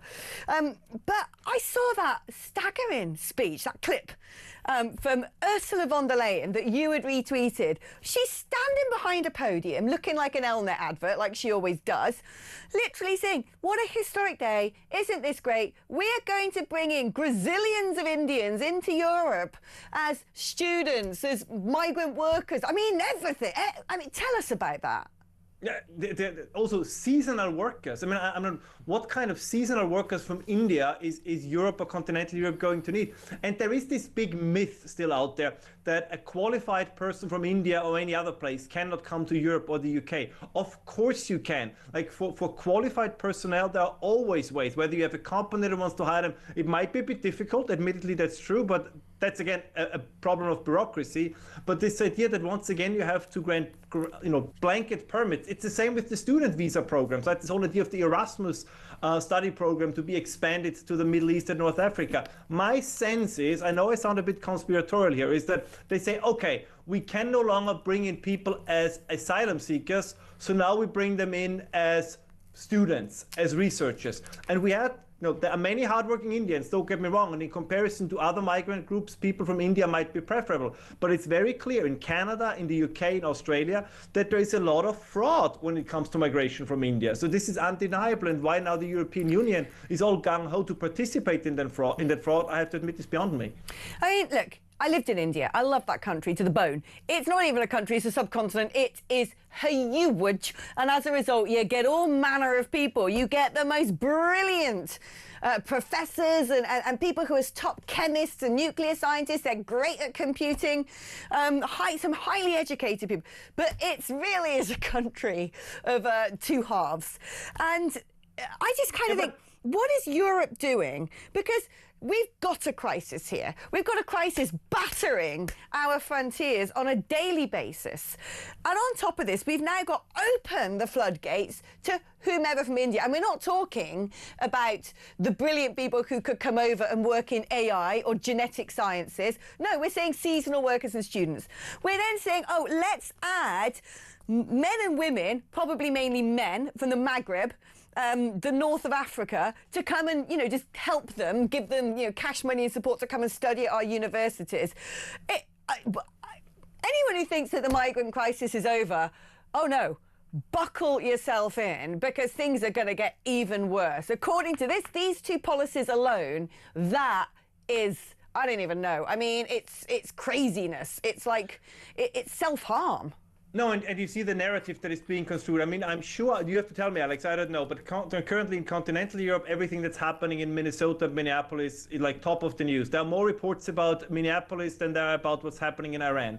And I think the reason for this is very clear, because the idea is now that you can use the maybe fraudulent or maybe even criminal behavior of certain ICE agents to pretty much abandon the entire deportation and migration agenda. And this is ultimately what they want to do here as well. This is why you have articles in English newspapers and German newspapers that say, if the right comes to power, the same thing is going to happen over here. But the point they're making is that at the end of the day, what they want is the complete abolishment of the concept of illegal migration, meaning that everybody who comes to your country and does not commit a crime has a right to stay. I see it differently. You have no right to go to England, you have no right to go to Austria, you have no right to go to the United States. At best, it's a privilege, and it has to go through legal channels. But this is where they want to go. This is what they're pushing for. And we have to be very, very careful. For whatever reason, for quasi-religious reasons, the current ruling elite, although, as I said, there are signs even in Davos that some of them are trying a course correction, but it's one of their creeds, like net zero, like, the climate religion, is mass migration. And as you said, there is this odd idea. I've been to Lebanon in 2010. Interesting, fascinating country, very nice people, enjoyed it tremendously. But that doesn't mean that I want to invite half of Lebanon to move to Austria. I mean, this is the same, this odd idea. You would never do it in your private life. You meet somebody in a pub, you have a great time. I mean, I hope you definitely don't do this. You would not invite everybody whom you seem likable, to live in your apartment. But this is how we do migration policy. We say, oh, I've been to this place and this was great, and my neighbor is from here. It's awesome. Yes, I also have great neighbors from all kinds of places, but that doesn't mean that I want to invite half the country to come to mine. This was all common sense a couple of years ago. I do not understand why this is no longer commonsensical. And the last point, since I'm on a roll here, in Spain, this was done by royal decree. So this is my information is correct, but this was the last invasion. This is basically done by the government and by the king under more or less exclusion of the government. So we have now a re-establishment of, I'm exaggerating here, of quasi-absolutist monarchies that are apparently, again, gung-ho to destroy their own countries. It's a very, very odd thing that's happening. But of course, even those quote-unquote monarchs are no longer reactionary. They are woke, which is the most terrible kind of monarchy you can have. Bloomin' heck, does Spain not remember the bad old days of Barbarossa? It's craziness. It's craziness. Listen, Ralph, Dan from Halifax, not that one, hold on. Yes to Alex and Ralph live and direct. That's come from Elaine. Alex asked Ralph if he would come and live in Britain and join Reform UK. Well, as I said, I care deeply about England. I hope that, I care deeply about the UK, but I do accept, I'm just an observer and commentator from the sidelines. But I wish that you can save your country. I think the world without the English or without the British, I would include, the Welsh and the Scots, would be a sadder place. I mean, it's a wonderful country. It has contributed much more to mankind, including my own, than many other countries. It pains me to say. There's a certain envy, I admit it.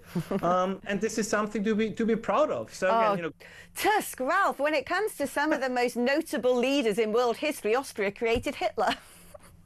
Yeah, well, I mean, we left, although in our defenses, we didn't make him chancellor, that was the Germans. Right? Yeah, so there you go. It's a fair point. Oh, Ralph, we love having you on. The audience loves having you on. I can't wait for you to set foot in this country again. And let's conspire to sort something out, because I don't think we would struggle to sell a few tickets. Ambushing you with this, but I thought this is the best way to do it, right? What better way to put you on the spot than on live TV? Yeah, I'm ambushing you about that dinner as well, so there you go, right back at you. Oh, love you to bits, Ralph. I'll speak to you soon. Speak soon. Isn't he great? Also, I just love that surname, Scholhammer. It's just the coolest name ever. Right, we're going to be taking a short break now. Keep your messages coming. It's got great messages tonight. You're being far too pleasant. Barnsley says, great show, great guests. Well, you can thank Dean for the great guests. Me, of course, for the great show. No, we can thank Adam Brooks and all the brilliant guests that we have, quite frankly. Dan from Halifax, your passion and grace for this great country is contagious. Keep up the amazing work and keep us all going along with you. Oh, I don't really know what to say to that. That's just really nice. My first time tuning in with you, and wow, what a fantastic show. Your energy's amazing. The last hour has flown by. Good to see Adam on Talk. Tune in again, would ya? There's lots more where this came from. And Becca says, you're completely wrong, Alex. The only bar snack is Scampi fries. Those crisps, the Smith's crisps, bacon fries, Scampi fries. I miss cheese moments.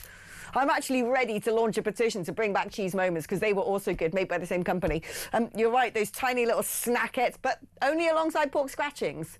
You've got to have that. It's like that sort of weird blister board, isn't it? Things that, you can snatch off the cardboard, which are all these fancy crisps now, sort of like chorizo crisps and chili and lime. It's, oh, jog on. Grow a pair, would you? Ralph, come live with me, says Angie. Get in the queue. Not after I have my request turned down. Great show, Alex. Surely these banter ban laws enable the possibility for so much fraud. A couple of friends organised with a staff member to come into a pub, be offensive, so the staff member sues the owner, split the proceeds. It's absolutely ridiculous. Exactly. The only sort of people who are going to lodge complaints and legal action against something that someone said at a bar when they work behind it is somebody, I think, with pretty bad intent. Right. We're going to take a short break now, but coming up after the break, a very serious topic indeed. She's an absolute legend. I love it every time she has a go at Sadiq Khan. It's the brilliant Susan Hall, London Assembly member. She was, of course, the Conservative mayoral candidate. And if only she had beaten him. She is joining us just after this to talk about grooming gangs in our capital city.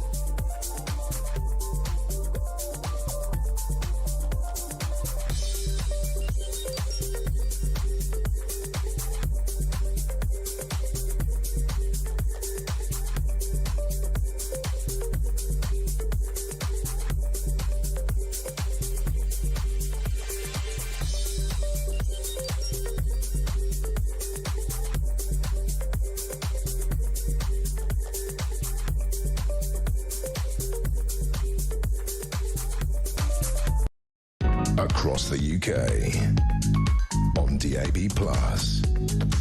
on YouTube, on your mobile, and on your side. This is Talk. Right. She's brilliant. I love her. Let's see her in action before we invite her on the show. This is Susan Hall. I'm asking you, do we have those sort of gangs in London? I'm not sure why she's so nervous to say what she means. What do you mean? No. I am saying exactly what I mean. I'm saying, have we got any of those grooming gangs in London? I'm unclear, Chair, what is meant by the question. If she could spell it out, I can answer. I've just spelt it out. Are you not listening? It's the sort of gangs that groom young girls at a young age for sex. Exactly how much clearer do you want me to be?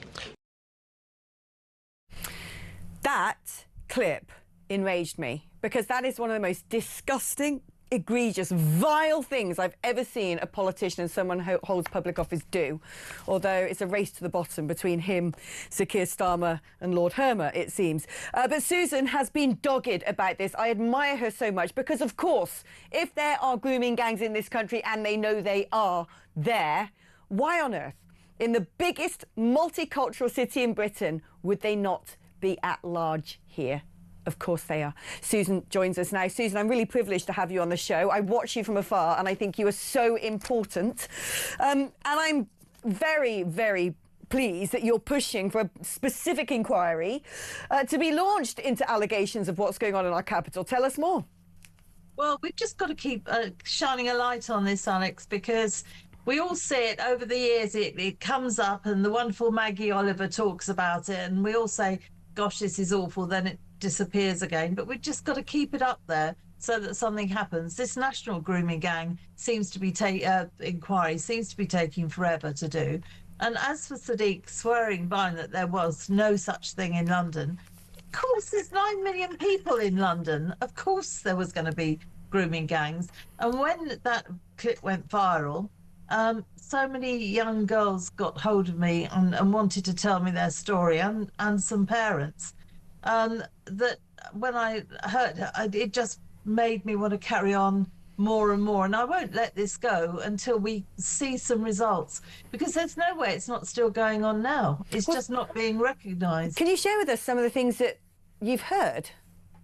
Yes, I mean I'm a massive police supporter. I always have been, but every single girl said that when maybe the police went into the apartment and found them with these much older men, they'd take the girls away and tell them that they were in the wrong and just left the men where they were. And in other instances, I've been told that the police were very dismissive, you know, inferred that it was always the girl's fault.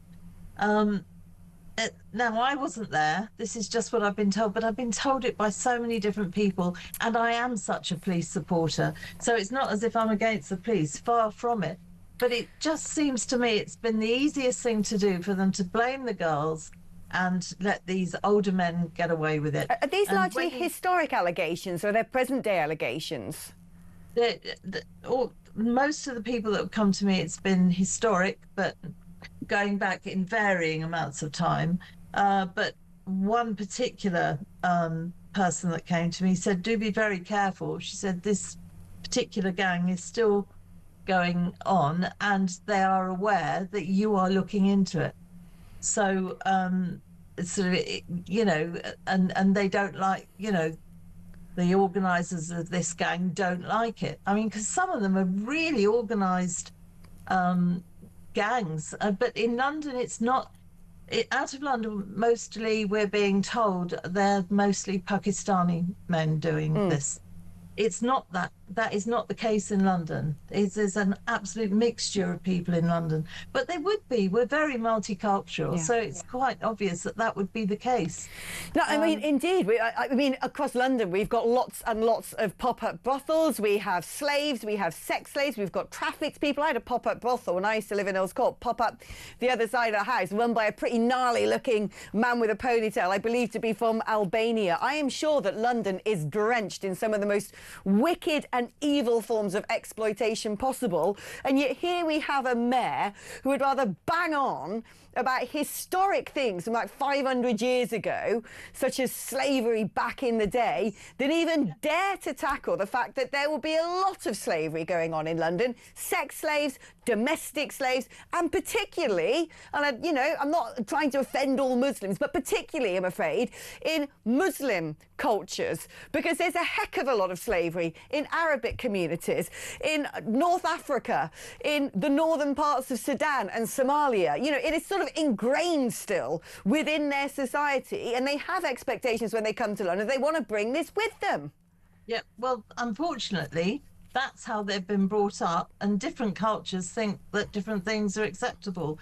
But when we look at, particularly with this grooming, these are young girls, very often, not always, very often coming out of care homes. They've never been loved. They've never been shown any attention. And of course, they think of these older men as boyfriends. They don't see it at the time that they're actually being groomed, and that has come out a lot. But some of the stories you hear, you could just weep, because you think that that poor child, or now woman, has had her life completely wrecked. Nobody's really loved her. And this is the situation she's ended up in. I mean, it's absolutely heartbreaking. And it's different from other forms of exploitation. All exploitation is dreadful. It's just that we need to make sure that people recognise this is a specific thing. They are just grooming them for sex. That is all it is. It's not county lines, which is obviously drug movement, etc. Now, very often these groomers will use drugs or alcohol on these girls, but it's a different thing to the county line situation we see. I mean, we have seen that the mayor is not just unwilling to even contemplate talking about this topic. He is being so disgusting in his horrible bullying approach, in that menacing, taunting way that he wants to sort of try and accuse you of somehow being a racist or the person who has the moral issues. How on earth are you going to manage to get this inquiry set up when essentially, as Mayor of London, he is also the Police and Crime Commissioner? Well, that's right. Well, if there's a national inquiry, I'm hoping they'll have a separate London unit of it, bearing in mind we've got so many people in London. The police are now looking into historic cases, because I haven't left this alone for the last year. That clip you just shown is a year old, and I've been nagging, as I would say only a woman can, about it the whole time. It's water off a duck's back. He's so rude to me, but I really don't care. because my job is to scrutinise him and to ask questions, and that's what I'll continue to do, whether he likes it or not, because at the end of the day, that we look at some subjects, and some subjects are far more important than others, and this to me is one of the most important things that I've ever been scrutinising him on, because it involves young, innocent, mainly girls, but sometimes boys. I have no doubt that the level of historic criminality in this area in London will actually blow out of the water anything anywhere else in the UK. And what really frightens me is I have no doubt that it is rife in London today. The criminality now in this city, largely imported crimes run by very sophisticated, dangerous international gangs and cartels, the likes of which, as you have just told us, wouldn't actually put it beyond them to directly threaten someone in your position, which is terrifying. When I look at some of the boroughs of London and who runs them and the demography of those boroughs, I know that there are things happening that are frightful. Even when I lived in Earls Court, you could walk up and down that road and see exploitation everywhere you looked. Vape shops, repair your phone shops, nail bars. You just know that these are not, you know, money-making, honest operations, a lot of them. That's right, and all these barbers that are cropping up everywhere. I mean, the thing is, though, Alex, we should be putting far more money into the Metropolitan Police, and he's not doing that. He promised extra frontline officers. Well, we heard from the Deputy Mayor today that actually it's not new officers. They've moved officers from other departments and put them allegedly onto the front line. But when I see my Safer Neighbourhood team, they're exactly the same amount of people working very, very hard. There's no extra people there. So it's all smoke and mirrors, the whole thing. And he wastes so much money on decarbonisation. Now, lots of people say that's not a waste of money, but, you know, do you want to breathe air that's very, very slightly better, or do you want your child not stabbed? I know what everybody would say to that. And he needs to sort the Metropolitan Police out. He needs to give them more money. He ain't going to do anything without you there. That's one thing for sure. Because if you weren't there breathing down his neck and going for him, he would be getting away with so much. And I just want to say thank you, Susan. I admire you so much. And before I let you go, there's a message that's come in. I want you to hear it. Susan Hall is one of the most amazing women I've ever seen. She gets to the point. She fights for our women and girls, and she holds the government to account. I wish she was a member of Reform. You don't have to defect. You can carry on doing what you do wherever. She has the balls to hold the government to account. Only a special person can do that. So there you go. You've got a lot of fans listening to this right now. Keep up the amazing work, Susan. It's been a privilege talking to you. Can you just imagine, you know, one day we're going to look back on this era and the way that we have soaked this country in such wickedness. And we all know it's going on. The people who have the power to control this know it's going on. And sometimes I just think, how did we get here? How did we end up in a country that just turns a blind eye to such horrors, that gags people, pointing them out? Not just gags them, threatens and bullies them. I never thought when I was a kid, I didn't even think when I was at university, I probably wouldn't even have thought 10 years ago that what we've become today was even possible. And it breaks my heart. And a lot of people say, oh, I'm getting out of the country. I don't want to bring my children up here. I don't want to live here. Well, I'm going to stay and fight. I'm going to stay and fight because someone's got to. Right, listen, are you going to join me in that, are you? Could you cheer me up a bit? Because after the break, let's take some of your calls and read more of your messages. Do you know, let's do a sort of handbrake turn and lighten the mood a little bit, because I tell you what, sometimes I do these shows and I go home and I'm just like, oh my gosh, it really does sort of weigh you down. It's like mental doom scrolling. So let's talk about pub snacks. Yay! Alex Brannigan's beef and mustard, best crisps ever. Cheese moments. Wow. Yes, keep going, says, well, Freddie Armstrong, I think.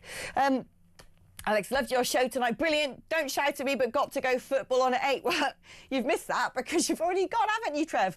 All right, I hope you enjoy it. I don't understand the pleasure of football at all, but hey-ho, I'm brought up in Gloucester. Right, we are going to take a short break now. After that, it's time for some calls. So let's remind you of the number, 03444 99 1000, 03444 99 1000, normal network rate. You can use that number to send me a WhatsApp if you want to send a text. It's 87222. Right, talk before you text, and I can't wait to talk to some of you just after this.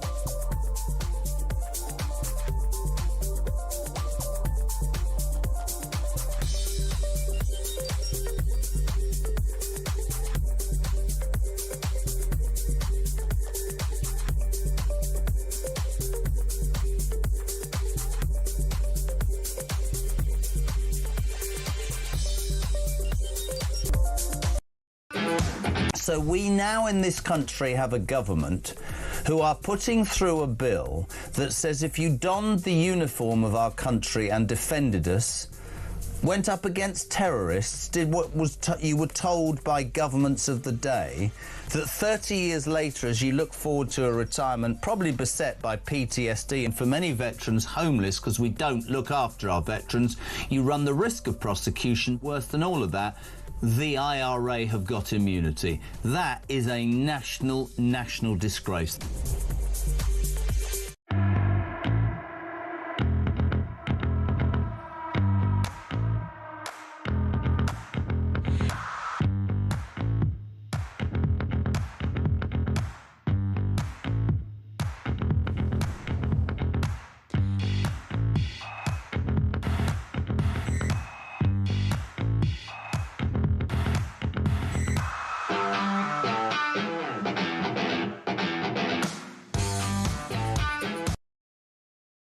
Across the UK, on DAB+, on YouTube, on your mobile, and on your side. This is Talk.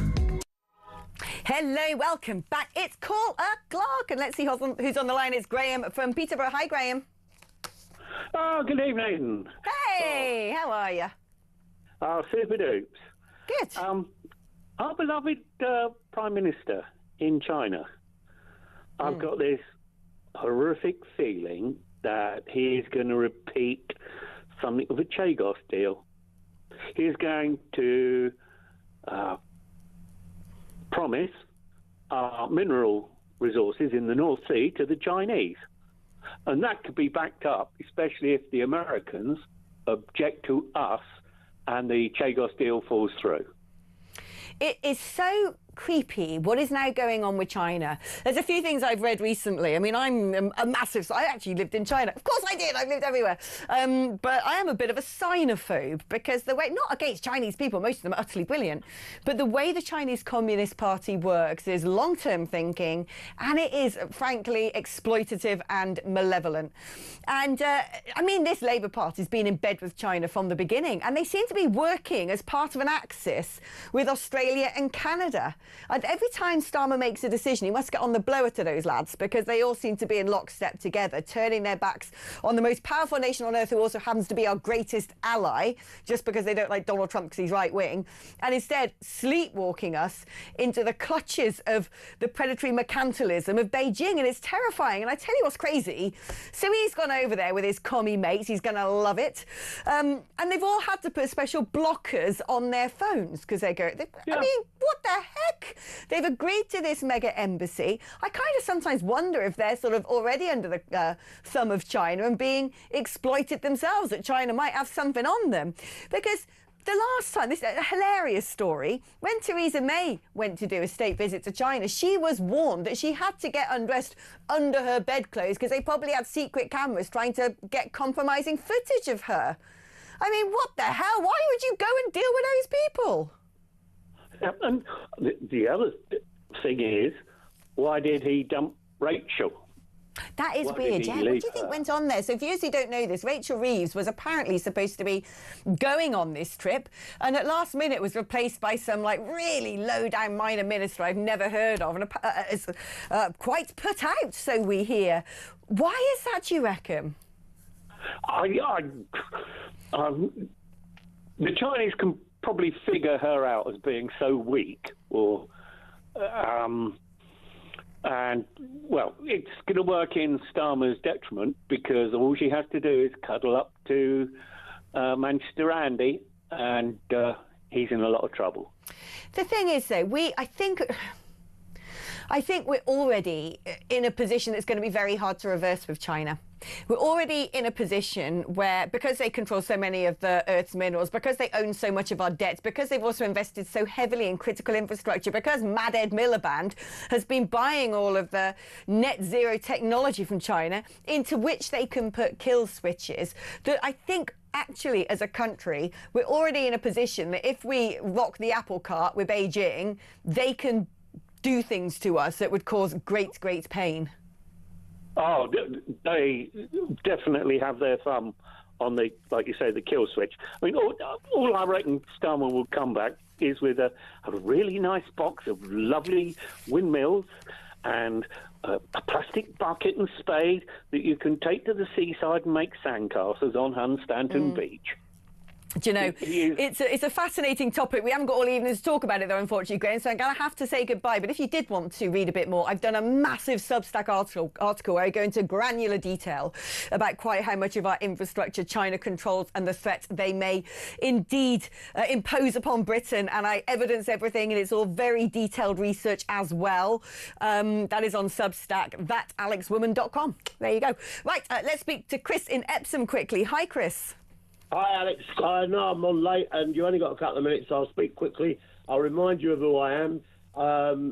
Friends of mine for decades are Nicky and Pippa Gumble, HTB, and I belong to HTB at Leatherhead, and we spoke about that last time. Oh, my gosh, I've always wanted to meet Nicky and Pippa. Can you just tell them how much I love them? Like, Nicky Gumble, for me, is an absolute living saint. That man is incredible. Yes, he is. Now, on to Starmer. Right? What a joke. I went to... Reform for Veterans. It was fantastic. Every speaker there spoke without notes and spoke from the heart. Absolutely wonderful. And the thing is that they will put an end to this hunt for soldiers that are supposedly committed crimes. That we know that we've already had one solicitor jailed for fraud. We know Starmer's behind the whole thing. And the joke of it is that I'm under 65 and ex-UK Special Forces. I'm one of the guys that's in his crosshairs for prosecution, and I'm also one of the guys who wants to call up to fight for him. Yeah. It's crazy. I mean, I am so disgusted and appalled to learn that he worked pro bono to try and prosecute soldiers sent to Iraq. He should be gone. I cannot... If this was someone on the right wing, they wouldn't live to see the end of someone reading that article. They would be over. They'd be finished. Yeah, absolutely. The thing is that MI5 and MI6 have got to have the details on them. And not this joke about them going to China and they're going to have burner phones and laptops. Every single hotel room is going to be filmed and audio recorded. Every lift, every car they get in, absolutely everything is recorded. Yeah. It's not a place to go. And the thing is that China, and I talk to you, get my details and contact me afterwards. I'll tell you about it. Oh, I thank you. I've got to let you go, Chris, but I will actually get my production staff to ping me a number because I love getting extra information. Like John in Lincolnshire says, I love the fact you actually have the facts from experience. I like to research things properly, and if you want to have deep dives into stuff rather than me just rabbiting on, my Substack is the place to go. That's alexwoman.com. I really do some pretty heavy research, some deep digging.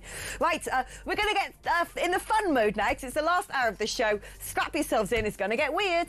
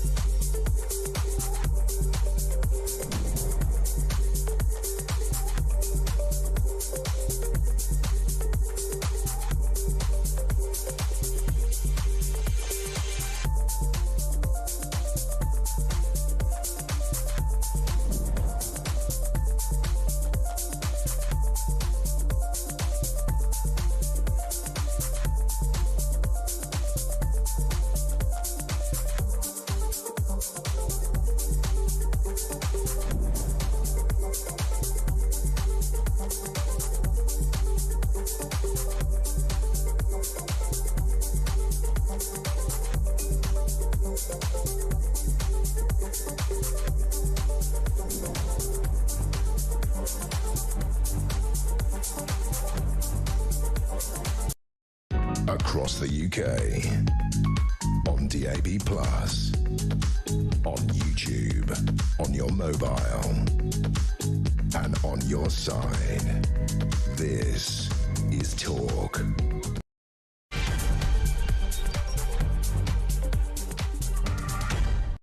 Hello and welcome back. Do you know, yesterday, if you were tuned in to the whole show and you saw that last hour with Paul Coxon, I don't even know what that was. That was like a whole new form of broadcasting. It just went absolutely crazy. I came off air and I was like, I'm going to get in such trouble for this. People are going to not like that, because it just went, I don't know.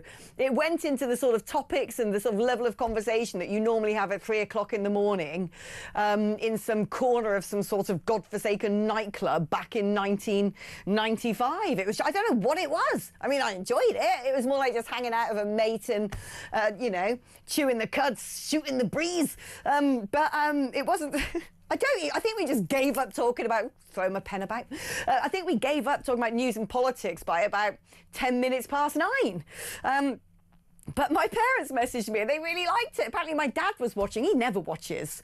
And he was laughing. And that man laughing is a rare treat. It happens about once every 15 years. So blimey, I must have done something right. But those of you who did watch and didn't like it, we are going to try and do some news. But we are going to keep it light and bright and breezy and fun and be a little bit absurd and, you know, just sort of push the limits, right?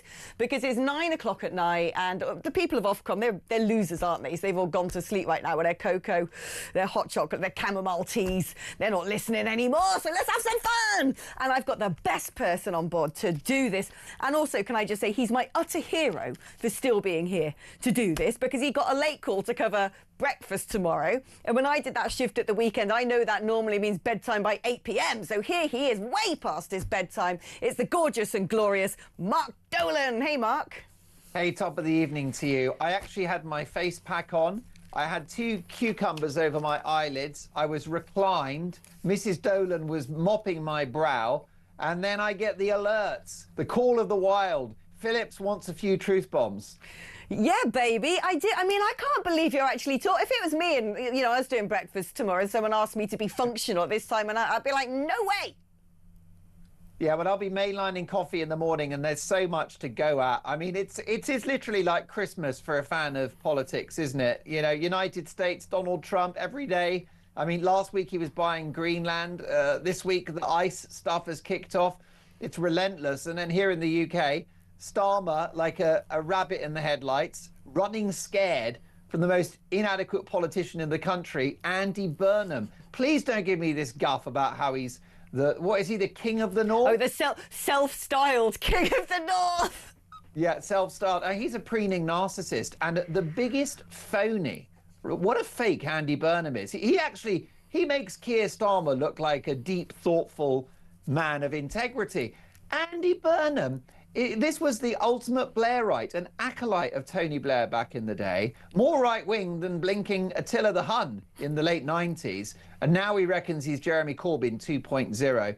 Seriously, be careful what you wish for. I'm starting to think that we need to hang on to Starmer now, just until the election, and then get rid of all of them. I feel like Starmer's just given up at this point. He just spends all his time abroad with his communist mates, and otherwise just puts a few things on TikTok. He just doesn't care back at home anymore. It's like, it's done, it's gone. I mean, I think nothing shows his level of ineptitude in domestic politics than this blimmin' Gorton by-election. I've actually got an iota of respect for him, of saying to Andy Burnham to jog on. I actually wish he had turned around and said, mate, you asked to be mayor, stay as mayor. Don't pretend this is for any other reason than to come and try and nick my job. How dare you? You know, have a little bit of a moral compass. Shut up, King of the North. If Starmer had said that, I'd have been like, get in, son. But no, he sort of went, our elections are really expensive. I was like, come on. But also, how venal is Andy Burnham just thinking, I don't want to do that job anymore because I want to run at leadership. He's not thinking about how that affects the country, his constituency, nothing. It is like ego off the charts.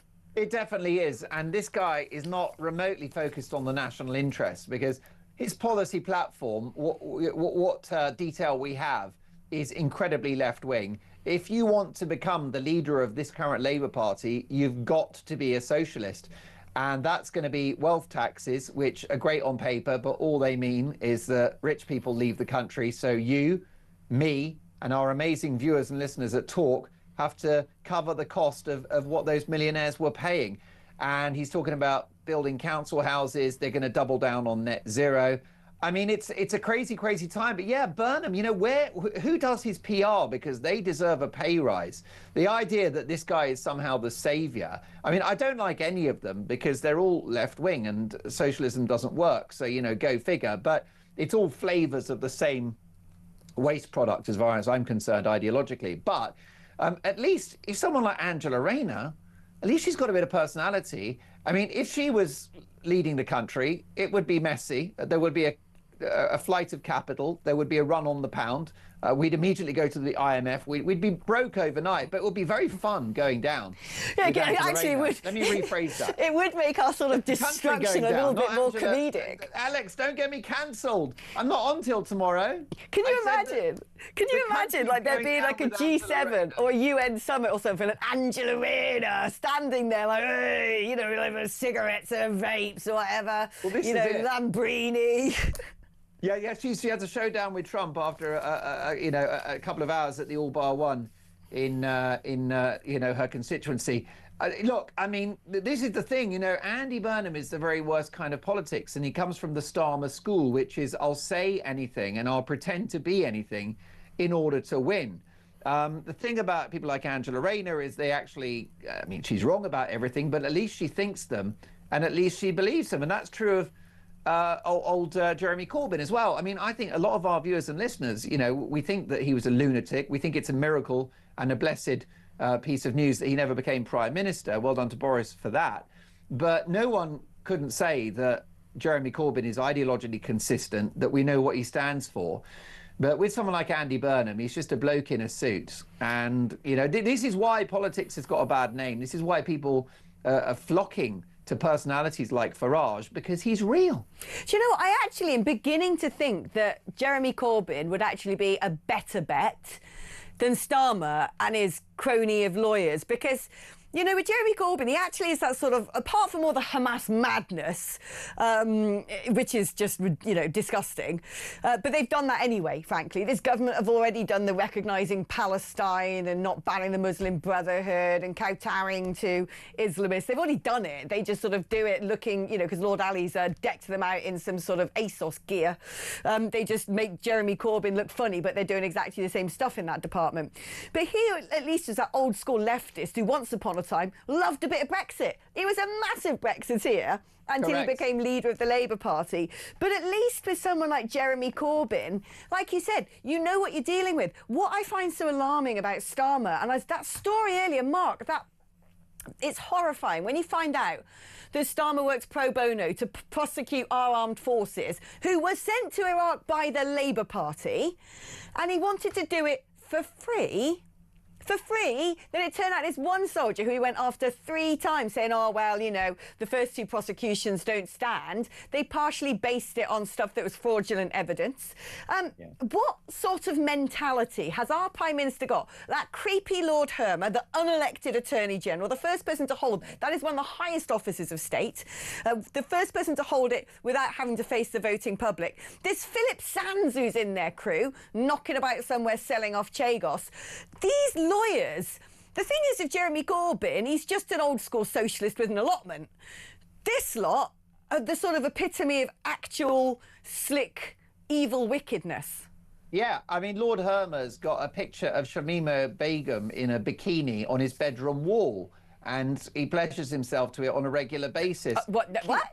Keir Starmer is an enemy of the people. I mean, this is a guy, I mean, if you can be a lawyer and your actions as a lawyer cause those who put themselves on the front line, who face death and injury for the values of this country and its safety and its future, if you can allow these individuals who are so brave to face prosecution, you have a pathology. You're sick. There's something wrong with you. It's profoundly unethical. It's a betrayal. It's cruel. And by the way, it puts paid to the idea, can we just deal with this idea, Alex, that the left are the good people? Yeah. Right? That they've got right on their side. How did they pull that trick off that the left, the radical left, are somehow have virtue. But When this all of their government are policies really are so scary weak. because, like I said, Jeremy Corbyn is more likely to walk up and down the street with a megaphone and, you know, trying to sell his marrow soup. This lot actually know how to pull every single legal trick in the book. They're well practiced in doing it. They use lawfare against us. And it's funny, we seem to have like selective amnesia. In fact, you need to have selective amnesia in this country, because if you just keep reflecting on all the horrors, you would drive yourself insane. And when I look back at the televised trials, I mean, that was just grotesque after Southport.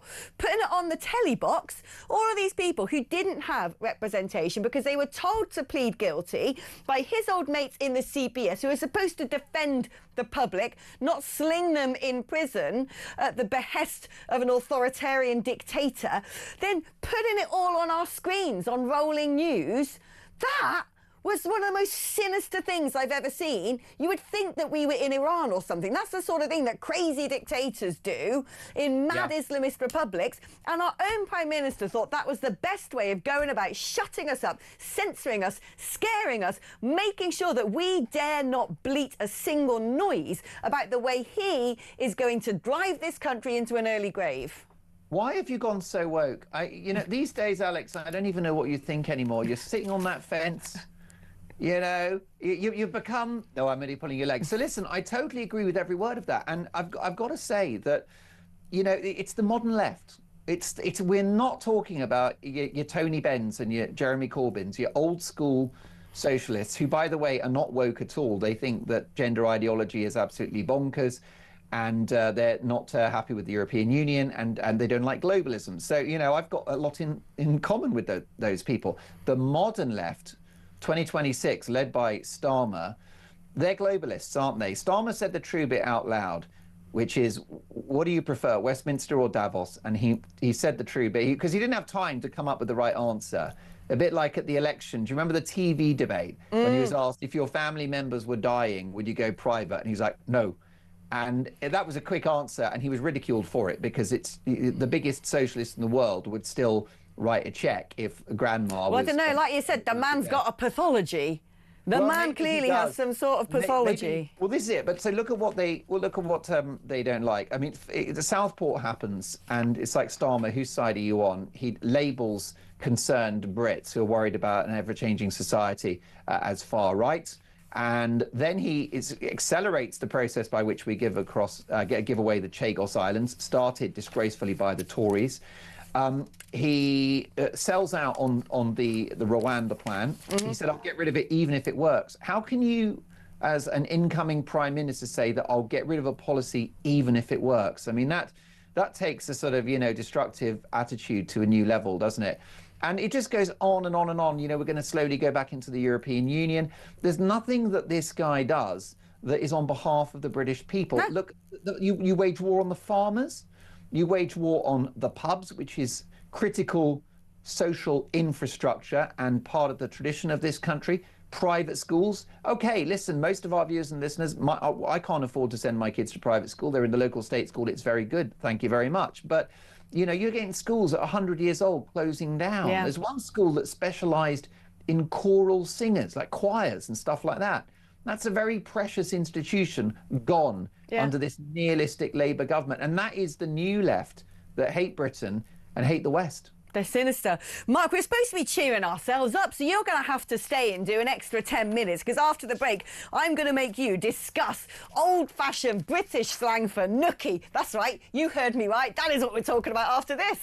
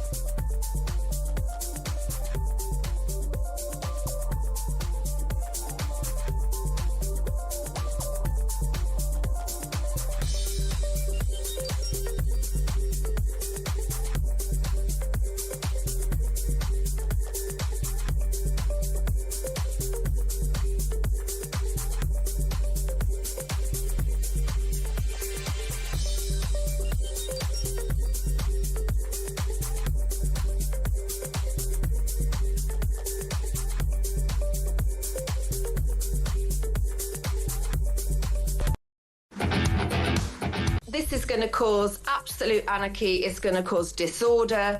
And if anybody tried to take down my Union Jack flying proudly in my garden, oh my God, bring it on. Because look, the pictures you're showing there, that is exactly what I see in my community in Runcorn and Helsby.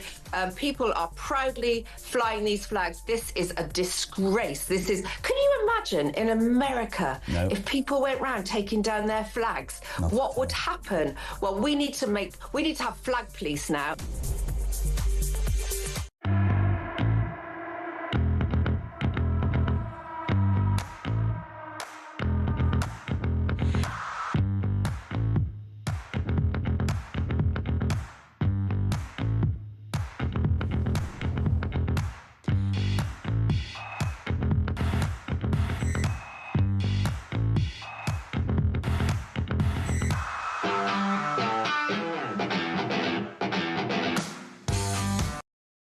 Across the UK, on DAB+,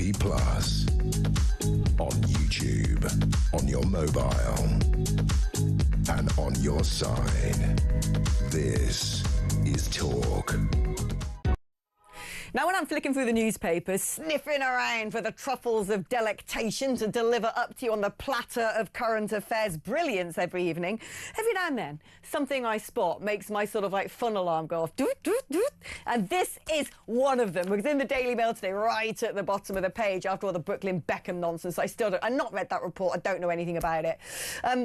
Here's a headline. Revealed the outdated British slang terms for sex that have been consigned to history. Well, hey, let's get them back out, shall we? Mark Dolan, let's do this, because this is exactly my kind of story. Where's Mark gone? What's going on there? Oh, no, maybe he was off for some How's Your Father? Maybe me and Mrs. Dolan are having some hanky-panky. You can see what I'm doing here. Going through all the words. Oh, he's there. Thank goodness for that. Mark, I don't know what happened today. Like, seriously. At least it wasn't yesterday when we actually just randomly went off air for about 5 minutes, but I still envisioned scratching myself like a baboon. You're lucky you weren't there for that. Anyway, apparently, the Daily Mail thinks it's their purpose in life, and I totally agree with this as an objective, to bring out old, outdated British slang terms that people haven't heard for a gazillion years for sex. Well, it's got to be done because we don't like, as British people, to talk directly about nookie, do we? It's all euphemisms. That's why Benny Hill had such a long and successful career. Nudge, nudge, wink, wink. You have comedians like Max Miller who made jokes about oral sex, but you wouldn't know it because it was all dressed up in a very sort of subtle language. And now it's gone the other way. If you look at rap, it's so vulgar, it's so extreme. There's nowhere to hide from the detail. Yeah, old terms are like really cute. Like, so I'm going to read the outdated terms top 10. So we got how's your father? I've literally never heard that one, and I find that quite creepy, if I'm honest. I think that's because you're not from London. I think that's a bit of a Cockney expression, as your father. Oh, wait, what does it rhyme with? Well, I think it's just the kind of thing a man would say before lunging on his partner in the living room late at night after a trip to the pub. So basically, he does that thing where he pretends he's tired. So he puts his arms in the air like, oh, I'm so tired. And then they go round the shoulder. And then the hand starts to wander. Then it's the how's your father? And he's not inquiring about the welfare of the man that brought you into the world. That's certainly not his motivation. We got knee trembler. I like knee trembler. That's quite sweet. Making love. Do people not say making love anymore? I like that one. That should be an evergreen. I can't believe that that's consigned to the dustbin of history. No, that makes me think of Barry White's, and I always get a little broody when he comes on. The Walrus of Love. He was the Walrus of Love. I love it. Do you know, I started listening to a bit of him the other day and I was like, why am I not doing this more often? Slap and tickle, that's good. Wait, sorry, what, listening to Barry White or getting your end away? Which is it? No, I was just listening to Barry White, just all by myself while cooking some dinner. Because, you know, that's as exciting as my life gets, ladies and gentlemen. I don't get any slap and tickle these days. No hanky-panky, rumpy-pumpy, nookie. I don't get my leg over. And I certainly haven't had a good seeing to for a while. Blimey, I tell you something, let's talk about Keir Starmer again. I'm blushing. I don't know what to say. You've rendered me speechless, Alex. You see, this is the problem. Blokes struggle with this. We find it awkward. We're not very upfront about matters of carnal intimacy. Do you want to know some... Do you want to know some Edwardian and Victorian sayings for this? Go on then. So apparently a tiff was a quick sexual encounter. Playing at St George is a woman in the sort of affirmative position. Having a brush was a fleeting encounter. Love it! But you know what's kind of grim now is that the youngsters today, their number one word for sex is smash. Well, this is it. I mean, it's vulgar. I mean, it sounds almost criminal, doesn't it? You know, what was so wrong with the Kit Kat Shuffle? Do you remember that one? The Kit Kat Shuffle? What's that?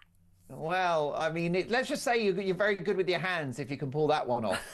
Oh, Mark! I mean, what would you use? Well, normally a condom, I think. Well, you know, this is a very hard conversation. Rumpy Pumpy I quite like. Rumpy Pumpy's cute. I mean, I think sort of back in the like Nookie's 90s, noughties, it's sort of the in-betweeners lingo, things like boff and bonk and shag. Yeah, this is it. I mean, I grew up on the Carry On films, and that was, again, they were, you know, incredibly sexual without ever referring to sex. It was all implied. And there's one point lovely scene where Barbara Windsor, dressed as a nurse, I mean, I'm assuming she is a nurse, she's dressed as a nurse, and she's eating a piece of fruit. And the guy walks past and says, what a lovely pair. And she said, you took the words right out of my mouth. And it is, you know, this is the golden era. We need to get back to double entendre and euphemisms. What I love the most about British slang is we've got the ability to just invent some slang on the spot, and because of the context, people know what it means. So, for instance, like, you know, getting drunk, you can basically say anything in the UK, getting trolleyed, getting trashed, but you could just end up saying, oh, yeah, getting bin-bagged. Oh, I got totally dishwashered last night. You know, you can basically just sort of throw in whatever term you want, and as long as people know it's like, oh, yeah, went out last night and got absolutely tissued, got Kleenexed. Actually, that's probably been something else. It's just as inspired because I was looking at that. Probably fits in the other category. But if you sort of said, yeah, me and the lady, we took out the bins. Wow. I mean, yeah, that's on another level, isn't it? I do like it when it's very elegant and artistic, like horizontal refreshment, I think is an excellent one. Horizontal and is very, very underrated. But here's the reason why we don't use expressions anymore, because nobody is having sex with anyone. That's true, actually. Apparently, Gen Z is sort of, I don't know, not getting smashed. Well, actually, getting smashed is second cat. Oh, I don't. I guess. Well, this is it. They have got. They're not getting smashed or smashed. They've got talk first of all, right? And when talk is on, I can't get. There's no action in the bedroom when with all the truth bombs from Ian Collins, Kevin O'Sullivan, your good self, Peter Cardwell, Julia Hartley-Brewer, Jeremy Kyle. Do you know what I mean? So talk is like romantic kryptonite for me. The other options that young people have got is Netflix. They've got Amazon Prime and the Apple TV Plus, YouTube. They've also got podcasts. They've got DVDs, I suppose, a few of those things. They've got the internet. There's music. There's gaming. So you don't need it anymore. We've entered a post-sex era, Alex.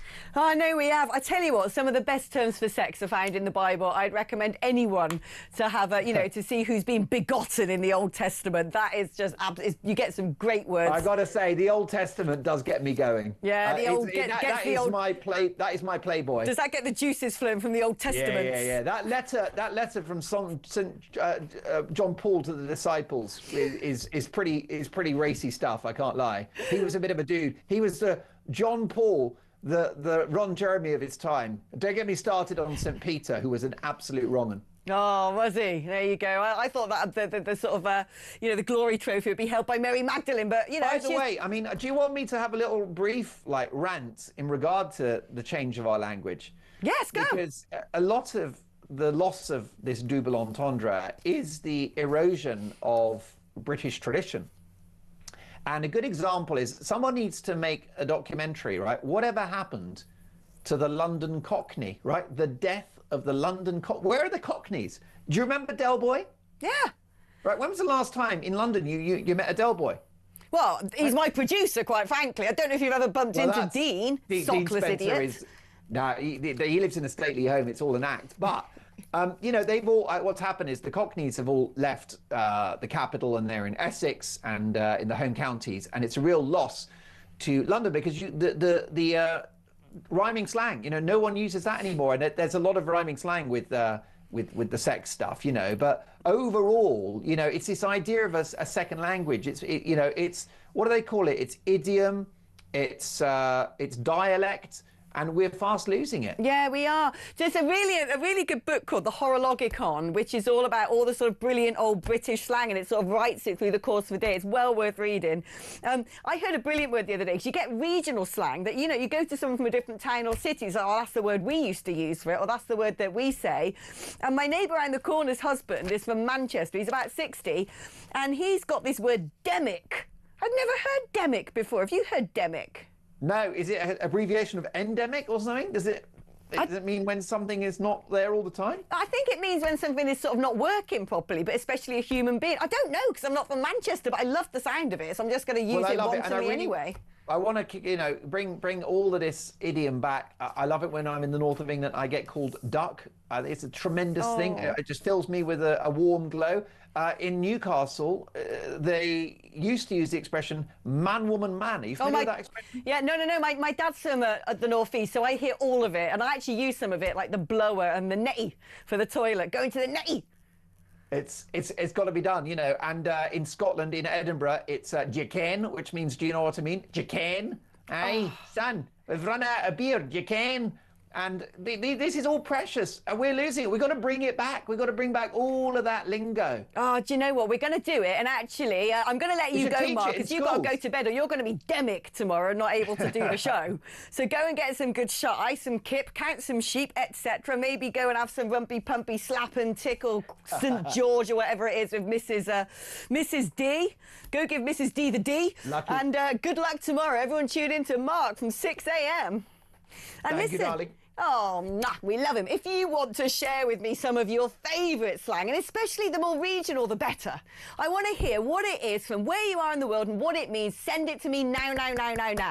WhatsApp 03444991000. What are your favourite slang terms? You've got to make sure they're not on the Ofcom list. And well, how are you going to do that? I don't know. This is literally going to be like walking through a minefield. I'm going to have to do that Princess Diana photo shoot and hope that I live to tell the tale. 03444991000 is the number to send me your best regional slang on WhatsApp. 87222. If you'd rather use text like talk before you text, we are going to hear from you just after this. But before we do, we've got a big old story. Well, we were talking about biblical terms, weren't we? We've got a big old story about the madness of the Church of England coming up.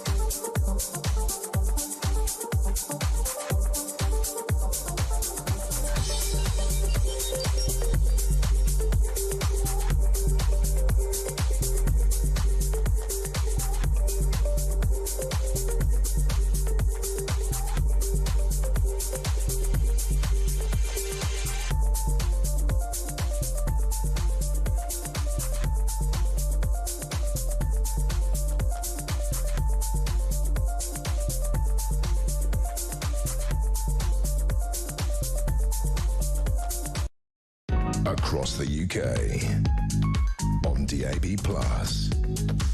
on YouTube, on your mobile, and on your side. This is Talk. Well, today marks a day that Sarah Mullally is confirmed as the first female Archbishop of Canterbury, which some might say is an immense step for the Church of England. It's a big deal. says Sky News. But who is Sarah Mullally? It says in this, Dame Sarah's rise to the position is by any measure remarkable. She left school. She decided to pursue nursing. She ended up as the Department for Health's chief nursing officer. And then she changed her career, became a member of the clergy, and now she is about to become the head of the Worldwide Anglican Church, which is mega. Now, I'm a Church of England goer. And some of us have had a few complaints about the way things have gone in times past. And even to the point that certain countries in the Commonwealth, who are Anglican countries, have even thought of divorcing from the Church of England because they think, well, it's not really doing the Bible stuff anymore. It just does a load of woke instead. Let's speak to Matthew Hulbert, who is a C of E member. Hi, Matthew. Hi, good to be with you, Alex. Good to have you on board. Now, Sarah Mullally, I don't really know much about her. I don't care whether she's man, woman, whatever. I'm not one of those sort of stuck-in-the-mud Christians who says, well, you know, women shouldn't be in a clerical position. Fine, I think that's great, you know. But I do take offence at when the church is trying to sort of go down the whole Gaza pronoun route. That's when I'm like, hang on. The Bible does have positions when it comes to, let's say, sexuality. It doesn't say persecute people or so on and so forth, but I don't think Jesus would be out there wearing a rainbow lanyard necessarily, although he does say treat everyone with respect and kindness, which I totally advocate. But also the Gaza stuff, you just have to sniff around the Old Testament to read about the persecution of the Jews and the prediction that this will carry on henceforth. And you're like, do these guys in church actually know the Holy Book? Well, I really welcome Sarah Mullally's appointment. I think it is a historic day today, her confirmation as the first female Archbishop of Canterbury. I mean, the role, I gather, was first created in the year 597, and she is the first female Archbishop of Canterbury. So I would hope that everyone would welcome that, whatever their political outlook and whatever viewpoints they take. Now, I agree with some of what you said there, and I disagree with other bits of it. So, you know, I'm a gay man, I'm LGBT+. I think that folks like me have been treated, not me personally, I have to say, but many others have been treated pretty bad by the Church of England and you know, whatever people might claim bits of the Bible say, I don't think anyone would think, anyone sensible or decent would think that is a good excuse for, you know, LGBT+ people being attacked as we have been and being made to feel unwelcome in some churches. So I think that needs to change, and I think that is one of her primary duties now as the Archbishop of Canterbury.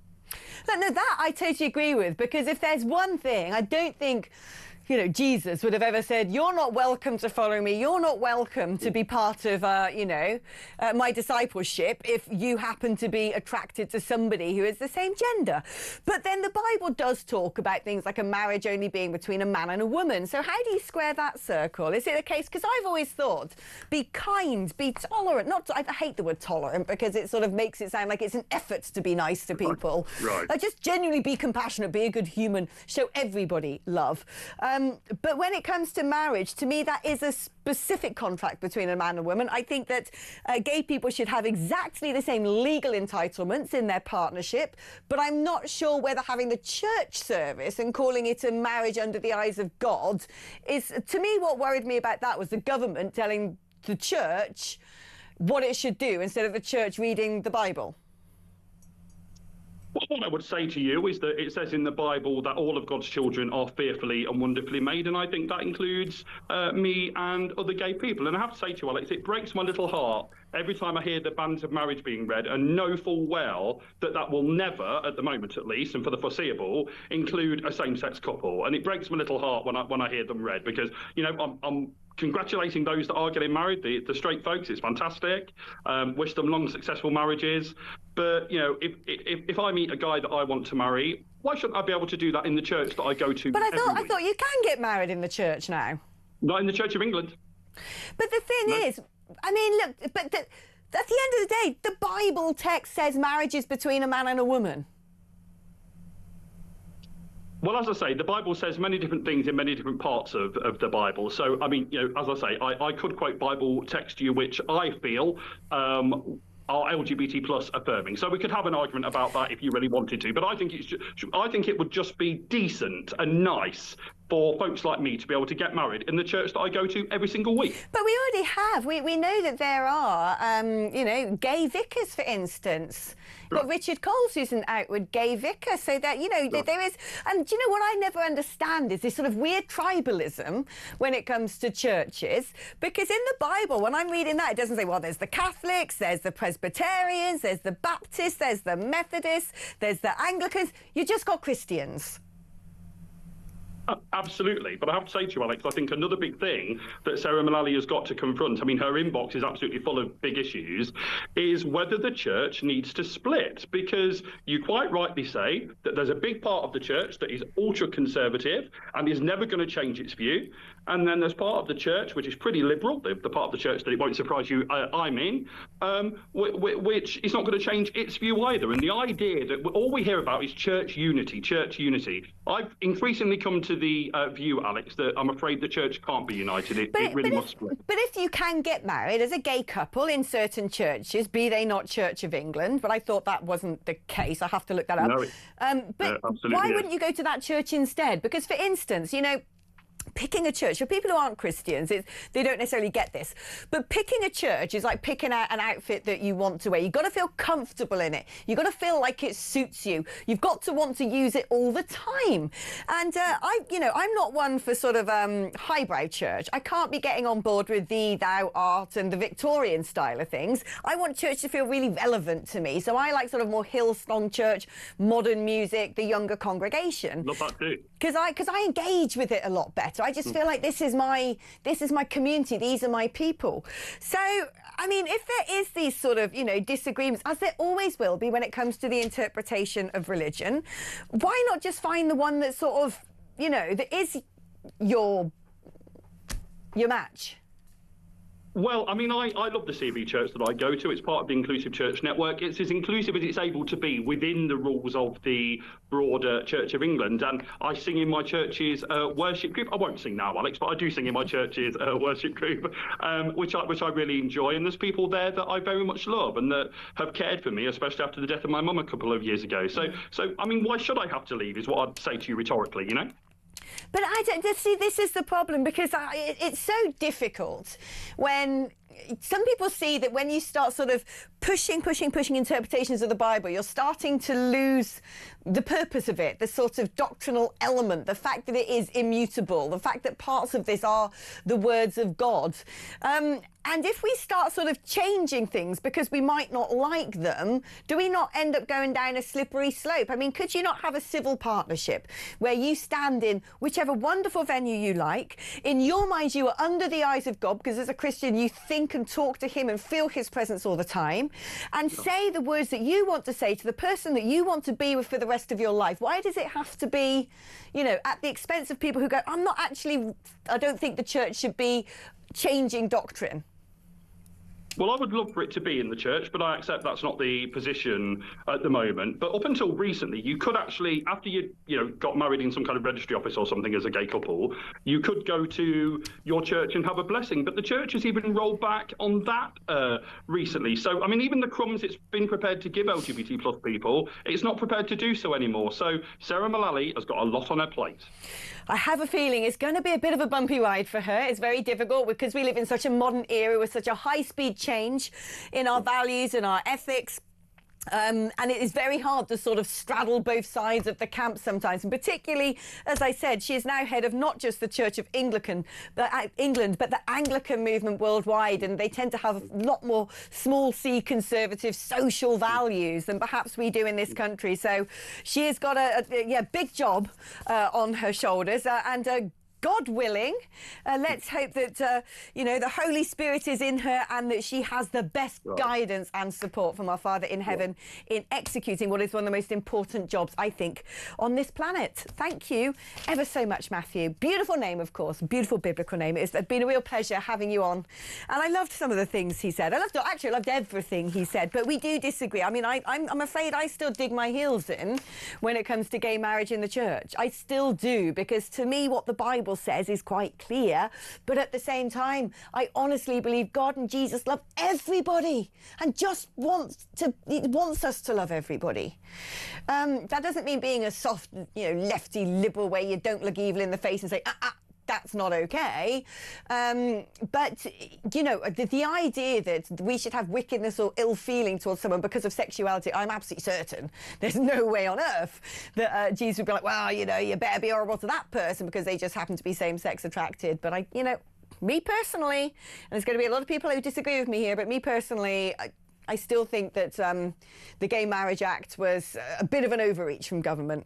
Anyway, right, shall we leave it at that? That got a bit serious in amongst all the weird things we were talking about Mark Dolan. So let's get the dial back to weird, shall we? Because I'm going to give you a little treat after the break. We're going to go through all of the slang that hopefully you're telling me. We're going to try and figure out what the youth are saying today as well, because I know no modern vernacular. But I've gone and got myself a little protege, haven't I? That's right. This girl who's about to join me after the break messaged me and said, I have to do work experience at school. Can I come do work experience with you? And I thought to myself, I'm not really a company. I don't have a normal life, I'm a freelancer. I do all sorts of, different things at different times of day, and I don't know if I can actually help. And then I thought, hang on, when you were growing up, you had some brilliant mentors who said to you, come on, I'll show you the way, I'll teach you all that I know. With me, it ain't a lot. And so I said, yeah, come on, you come and spend time with me and I'll introduce you to the world of politics and journalism. So I like to think of her as my little protege, like I said, and I'm going to introduce you to her just after this.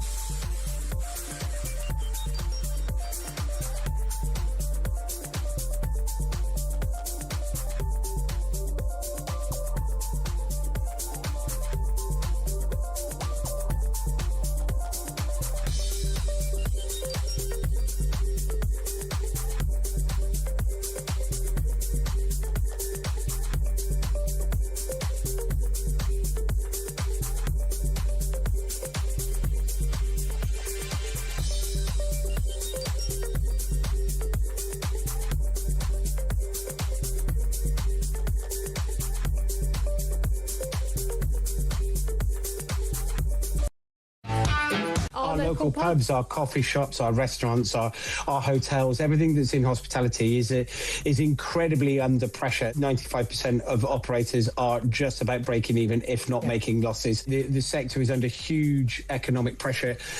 It is a culmination of things over the last 5-10 years, post-COVID, pre-COVID, post-COVID, of issues that have dropped into it.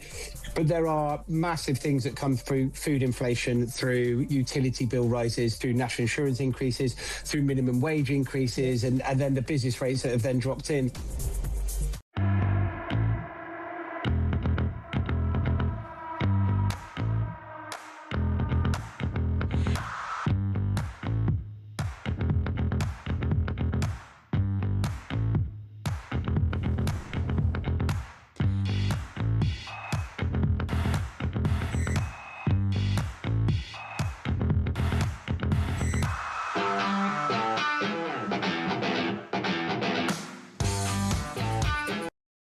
Across the UK, on DAB+, on YouTube, on your mobile, and on your side. This is Talk. All right, as promised, here she is. She's my little experiment, my Frankenstein's monster, the creature that I'm trying to build. So when I'm old and grey and unable to do this job, someone can carry the baton for me. This is, everyone, ladies and gentlemen, this is Ellie Hodges, who got in touch with me and said, can I come do work experience with you? And she was just so polite and so determined. She's so sweet and quiet, and yet she's like... Quiet? I don't think I've ever been called quiet. I think you are, but you're like really sharp and on it. And when you came and started doing all this stuff with me, I loved your company. Aww. Yeah. So nice. I loved your company as well. That's why we still stick together, girl. But amazingly, you've gone on to do your own journalism places. You've done what a lot of people do now, which is just get a camera, go out there and find your own stories and report on it. Yeah. Talk to us about this story, about Students for Reform. So Students for Reform is Reform's organisation to try and get universities to not be as left-wing and set up like reform societies across the country. And Sussex University tried to set one up. And they put out one post just saying we're the Reform Society, and they got thousands and thousands of comments, like death threats. So things like, I hope you get set on fire, jump off a pier, saying they're going to mail firecrackers through their door. So what else was it? There's just loads and loads of stuff. What's going on at university these days? It wasn't like that when I was there. I know, it's mental. And like they've now made loads of accounts, anti-fascist students, at Sussex. So when I went and interviewed them on Monday, I think someone spotted me because they put on this anti-fascist account, alert, alert, there's a journalist on campus, do not speak to her. And they started putting up like screenshots of my tweets and everything. I mean, they're probably watching it now, so if you are, hello. Hi. Hi. But yeah, it was really, when I went and spoke to them, it was really interesting because they were just students that wanted to set up their own society because they wanted a different opinion on campus, because they were saying the only societies they had were the Green Society and the Marxist Society. There was no other right-wing society. Apparently they tried to do a conservative one before and it just immediately they stopped it because it was just too much hate. So they were really brave for doing this Reform Society and trying to set it up. But they have a Freshers' Fair tomorrow actually. And there's have to be police going now because of all the threats. There's mass protests. It's the like police insane. are having to go to the Freshers' Fair. Yeah, because all of these anti-fascist students, they're saying they're anti-fascist, but they're also wanting to shut down the society. Oh, they are by the way. fascists. So, because they were doing all these protests, they're putting up posts like, know your rights, don't talk to the police, don't talk to journalists, wear a mask, it's really important you wear a mask so you can't be identified. So these students, I don't think they're actually having a stall set up anymore because they just, it's too much because there's so many of these like crazy left-wing students. It's so overwhelming. It's so sad. I cannot imagine what it would be like going to university with that going on. Should we have a little look at a clip? Let's do that. It's been insane. Yeah, I never expected it to be this bad. You know, wake up one morning and there's just hundreds of comments and they just keep coming in more and more and more, you know, and now it's over 1,000 comments there, you know, and within this it's death threats, you know, we've been told, you know, hope you set on fire, beat them to death with hammers, you know, things like that. They want to mail firecrackers through our door, things like this, and it's just mental. Most of them, if you look at when we try and speak to them about it, they resort to insults or don't even want to speak to you at all. The majority of them are just jumping on the bandwagon. I'm not trying to bring some sort of threat here. I'm not trying to harm anyone. We're really outnumbered here, and anything can happen really. When they call us fascists, they're acting like fascists by wanting to shut us down. What it is, when you have people that reinforce each other, and the stuff they're reinforcing isn't entirely, like they don't fully understand what it is that they're backing. I think it's just so, it's so diabolical. It's so sad that that is going on. I think young people today live in such a difficult era. I look back at my youth and it feels like a cakewalk compared to what you have to do. It's just crazy. And then when I spoke to some of the students, some of them didn't want to be on camera for obvious reasons. They did like voice recordings. And one of them said that even though the majority of the British public think that we should lower immigration, if you even came out with something like that at university, it's basically a death sentence because everyone would just pile onto you. And they said that you just know when you go to university, you just have to shut up and get on with it. That makes me so sad because university were my favourite years. I mean, my God, I loved university. I loved my subjects, I loved my lectures, and I loved all the time, especially that I wasn't in that lecture hall. We had so much fun. And I cannot remember anything like this happening when I was studying. And the amount of pressure it puts on people. I just wonder what's going to happen to your generation going forward. I know, it's mental. And the fact that they think it's okay to put these comments out there, and bear in mind this is all public, this is on a public Instagram account, and some of the people that have commented have their first and second names in their profile, public profile for anyone to see. So clearly they don't actually care if anyone knows that it's them that's putting it. And because I think they one person does it and then the other person does it and they kind of urge each other on. So then there's all of these just crazy students giving people death threats just because they have a different opinion to them. And these students that have set up the Reform Society, they haven't done anything wrong except for have the wrong opinion. Well, yeah, wrong opinion it. according to probably a very vocal minority. Yeah. I still would like to think that the majority of students going to university don't think like that and act like that. I mean, what is it like in your generation? What's it like in your generation today? What is it like? Because, I mean, is it that when you speak to your friends and everyone's left-wing? Is it a tiny minority, the people who act like that, or not? I don't think so. I think it's more and more, and that's just because they're so vocal. It might be that they are a minority, but because it feels like there's so many of them, because when they're giving like this kind of threats, and even one of those threats is like, wow, and then so the back more when you were get, at school, did you feel insane. comfortable talking about your political beliefs? Yeah, I did, because I don't care what like anyone says to me. So I would That's just the like girl. I'd say stuff to my teachers and they'd argue back, and I just love having that argument. So I would do it. But I know people that wouldn't want to do that because they think it's just not worth it. But with your at friends, all. because the teachers, we know loads of teachers are loony lefties, Yeah, but with yeah. your friends, also, this is, if you're going to be my protege, you've got to learn to twiddle a pen in a really disastrous fashion. But, you know, we know the teachers are a bit crazy Yeah. these days, but what about the sort of people that, you know, the sort of your peer group? I think at the moment, obviously my friends aren't like crazy lefties because I wouldn't want to be friends with them. But I think what happens is they go to university and they get all of this stuff on them, and Right, it's like so they have it a happens purpose. after school, it happens It's like, campus. it's like when you see this with all the Palestine stuff. I don't think a lot of people actually know the ins and outs of the conflict, No. but because it's something they can like cling on to, and then they can go out and protest and feel like they have a purpose. That's why they do it, not because they actually believe in it. And as I said, I think they kind of urge each other on to do it, and they build a bigger and bigger group. So then people that have opinions like that are aligned with reform are seen like the minority. And one of the comments on these posts said that reform supports segregation, racism and xenophobia. I don't know if you've ever heard reform supports segregation. Like, that's just ridiculous. Well, it's got just Suella lies. Braverman and Zia Yusuf. Yeah. And, I mean, it's just Layla Cunningham. So let's sort of change it up. Let's talk about vernacular and language, because I just find this stuff really entertaining. It changes so much throughout the years. I remember my grandma would say having a gay old time, which back in the day was sort of, you know, having a nice time, and now you couldn't say that at all. Here's some brilliantly stuff. Apparently Jacob Rees-Mogg is filling people's ears with a brilliant old-fashioned vocabulary. A moem and a goal catcher is a stupid person who is a trickster. I like that. And Grandad from Burnley, says Gavin, used to lick a peel, which means kick a football. We have such a rich language behind us. I tell you, there's some beautiful stuff. The slang now is just definitely not beautiful. It's What like, do people say now? Trying to think, so like, I know none of it. Riz is like flirting with someone. So if you've got Riz, you've got like... Isn't that good at short for flirting. charisma, basically? Kind of, Riz? yeah. You have chopped, which means they're like ugly. Chopped? Yes, that person's so chopped. It's like an insult. Is it? Yeah, Oh, I love they're this. so I want more. I'm trying to think of some more now.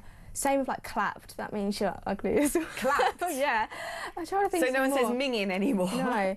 I think if you're like someone's complimenting, they're saying you're pretty, they'd say leng, like you're leng. Leng? Leng. It's not fit.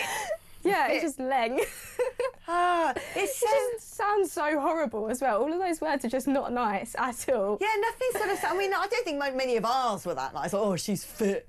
Wasn't exactly like, you know, the most attractive sounding word. But, and you know, we were having a little little discussion during the advert break, because I was saying I really want to know more Gen Z slang, and guess what she said? I said Gen Z. Gen Z! I don't know why I say that. Maybe it's something I've picked up. Yes, it's the Americanisation. How do you do your alphabet? X, Y... Z. Yeah, thank goodness true. for something. No, not Z. Yeah, But heaven I don't know, forfend maybe it's if just it because everyone was. says Gen Z, that's American. I don't know, I just wouldn't say Gen Z. Sounds a bit... Oh yeah, that's true. Yeah. Matt just said in my ear, is it Jay-Z or Jay-Z? Actually, I like Jay-Z. That's much better. Z is a much nicer sounding word than Z. It's got a little bit more like body to it. That's true, actually, yeah. But yeah, I mean, it's so Sounds much more- Americanism, and I think so many people now think that languages, because so many of the rules, the grammatical rules, are being broken. And for sticklers like me, I just don't like it. I mean, I don't mind language changing over time. That is a beautiful thing about the evolution of language. Even if people like me don't know the terms, You know, you can't stop it. The organic I'd like some more sort of... nicer words though, instead of she's chopped. Like that just sounds so horrible. That is horrible. It's like really harsh sounding words. Like, I've been using the word flows nice. Been using the word based lately because I quite like based. Yeah, I quite but like I don't really based. know what So it means. based. What does it mean? Because I keep saying it. It's like your opinion's so like good. It's so agreeable. Like it's so based. Ah, it's so based. Ellie is based apparently. Here we go. Ellie Hodges has just resurrected my faith in the future of our country. Aw, Thank you that's for nice. platforming her. It's so important, says Oliver in Somerset. Oliver is based. Oliver's based. Oliver is based. I don't know. You probably don't even know what that is. Have you ever seen that? I can't do it. Have you ever seen it? Yeah, I can't do it. Oh, that's a proper That was quite 90s thing. impressive, actually. I've been practicing that for about 42 years, and I've only just managed to get the You clip should out. do it every show. You need to make use out of it. I can't Yeah, do it's it. amazing. We don't have enough of that in this world. But no, this is it. There's this brilliant guy. He's probably a massive leftist, but he does all this sort of rap poetry online. He's called Disraeli, spelt in a weird way. But he's got this brilliant rap all about the evolution of language and how over the course of history it's changed. And because I'm such a big fan of language, I'm not against the new words. I actually just want to learn the new words. I want to be like flooded with all the new vernacular, and I also want to go back and get the sort of slang words from the Victorian I era, love the learning like a Edwardians. new word that's just like really satisfying to you. Do you have like a favourite word? Yeah, do you know what? If I had to pick a favourite... Well, it depends. There's different categories of favourite word. At the moment, I keep saying egregious. I'm massively overusing egregious right now. But my favourite word of all time of no category, of no particular reason, is the word woggle. That's so random. Do you know what a woggle is? No. Oh, so like the Scouts have this, and Cubs have this, wear this little neckerchief. Yeah. And they have this sort of little plaited doodah that they put up to hold the thing together. That is a woggle. I've never heard of that before, but I mean, you can't use that in everyday conversations, I know, that's why can it's you? so You have to special. try and incorporate it. You can't get into- woggle out very often. What you were saying earlier was really funny about the fact that you can literally put any word to say that you were getting drunk or whatever I'll it was. get 'cause woggled. it's so true. Yeah, exactly. Yeah, you're getting Yeah, woggled. I'll tell you what, you don't want to spend too much time with our Dean because he'll get you woggled. Believe you me, he's one of the most dangerous creatures on planet Earth for that. I think half this blooming newsroom are going to need a liver transplant in the next 5 years with that one. Maybe that's what Sir Keir Starmer's going over to do in China, get down the organ harvesting or something to save talk radio. What's your favourite word? Oh, I don't know. I don't think I have a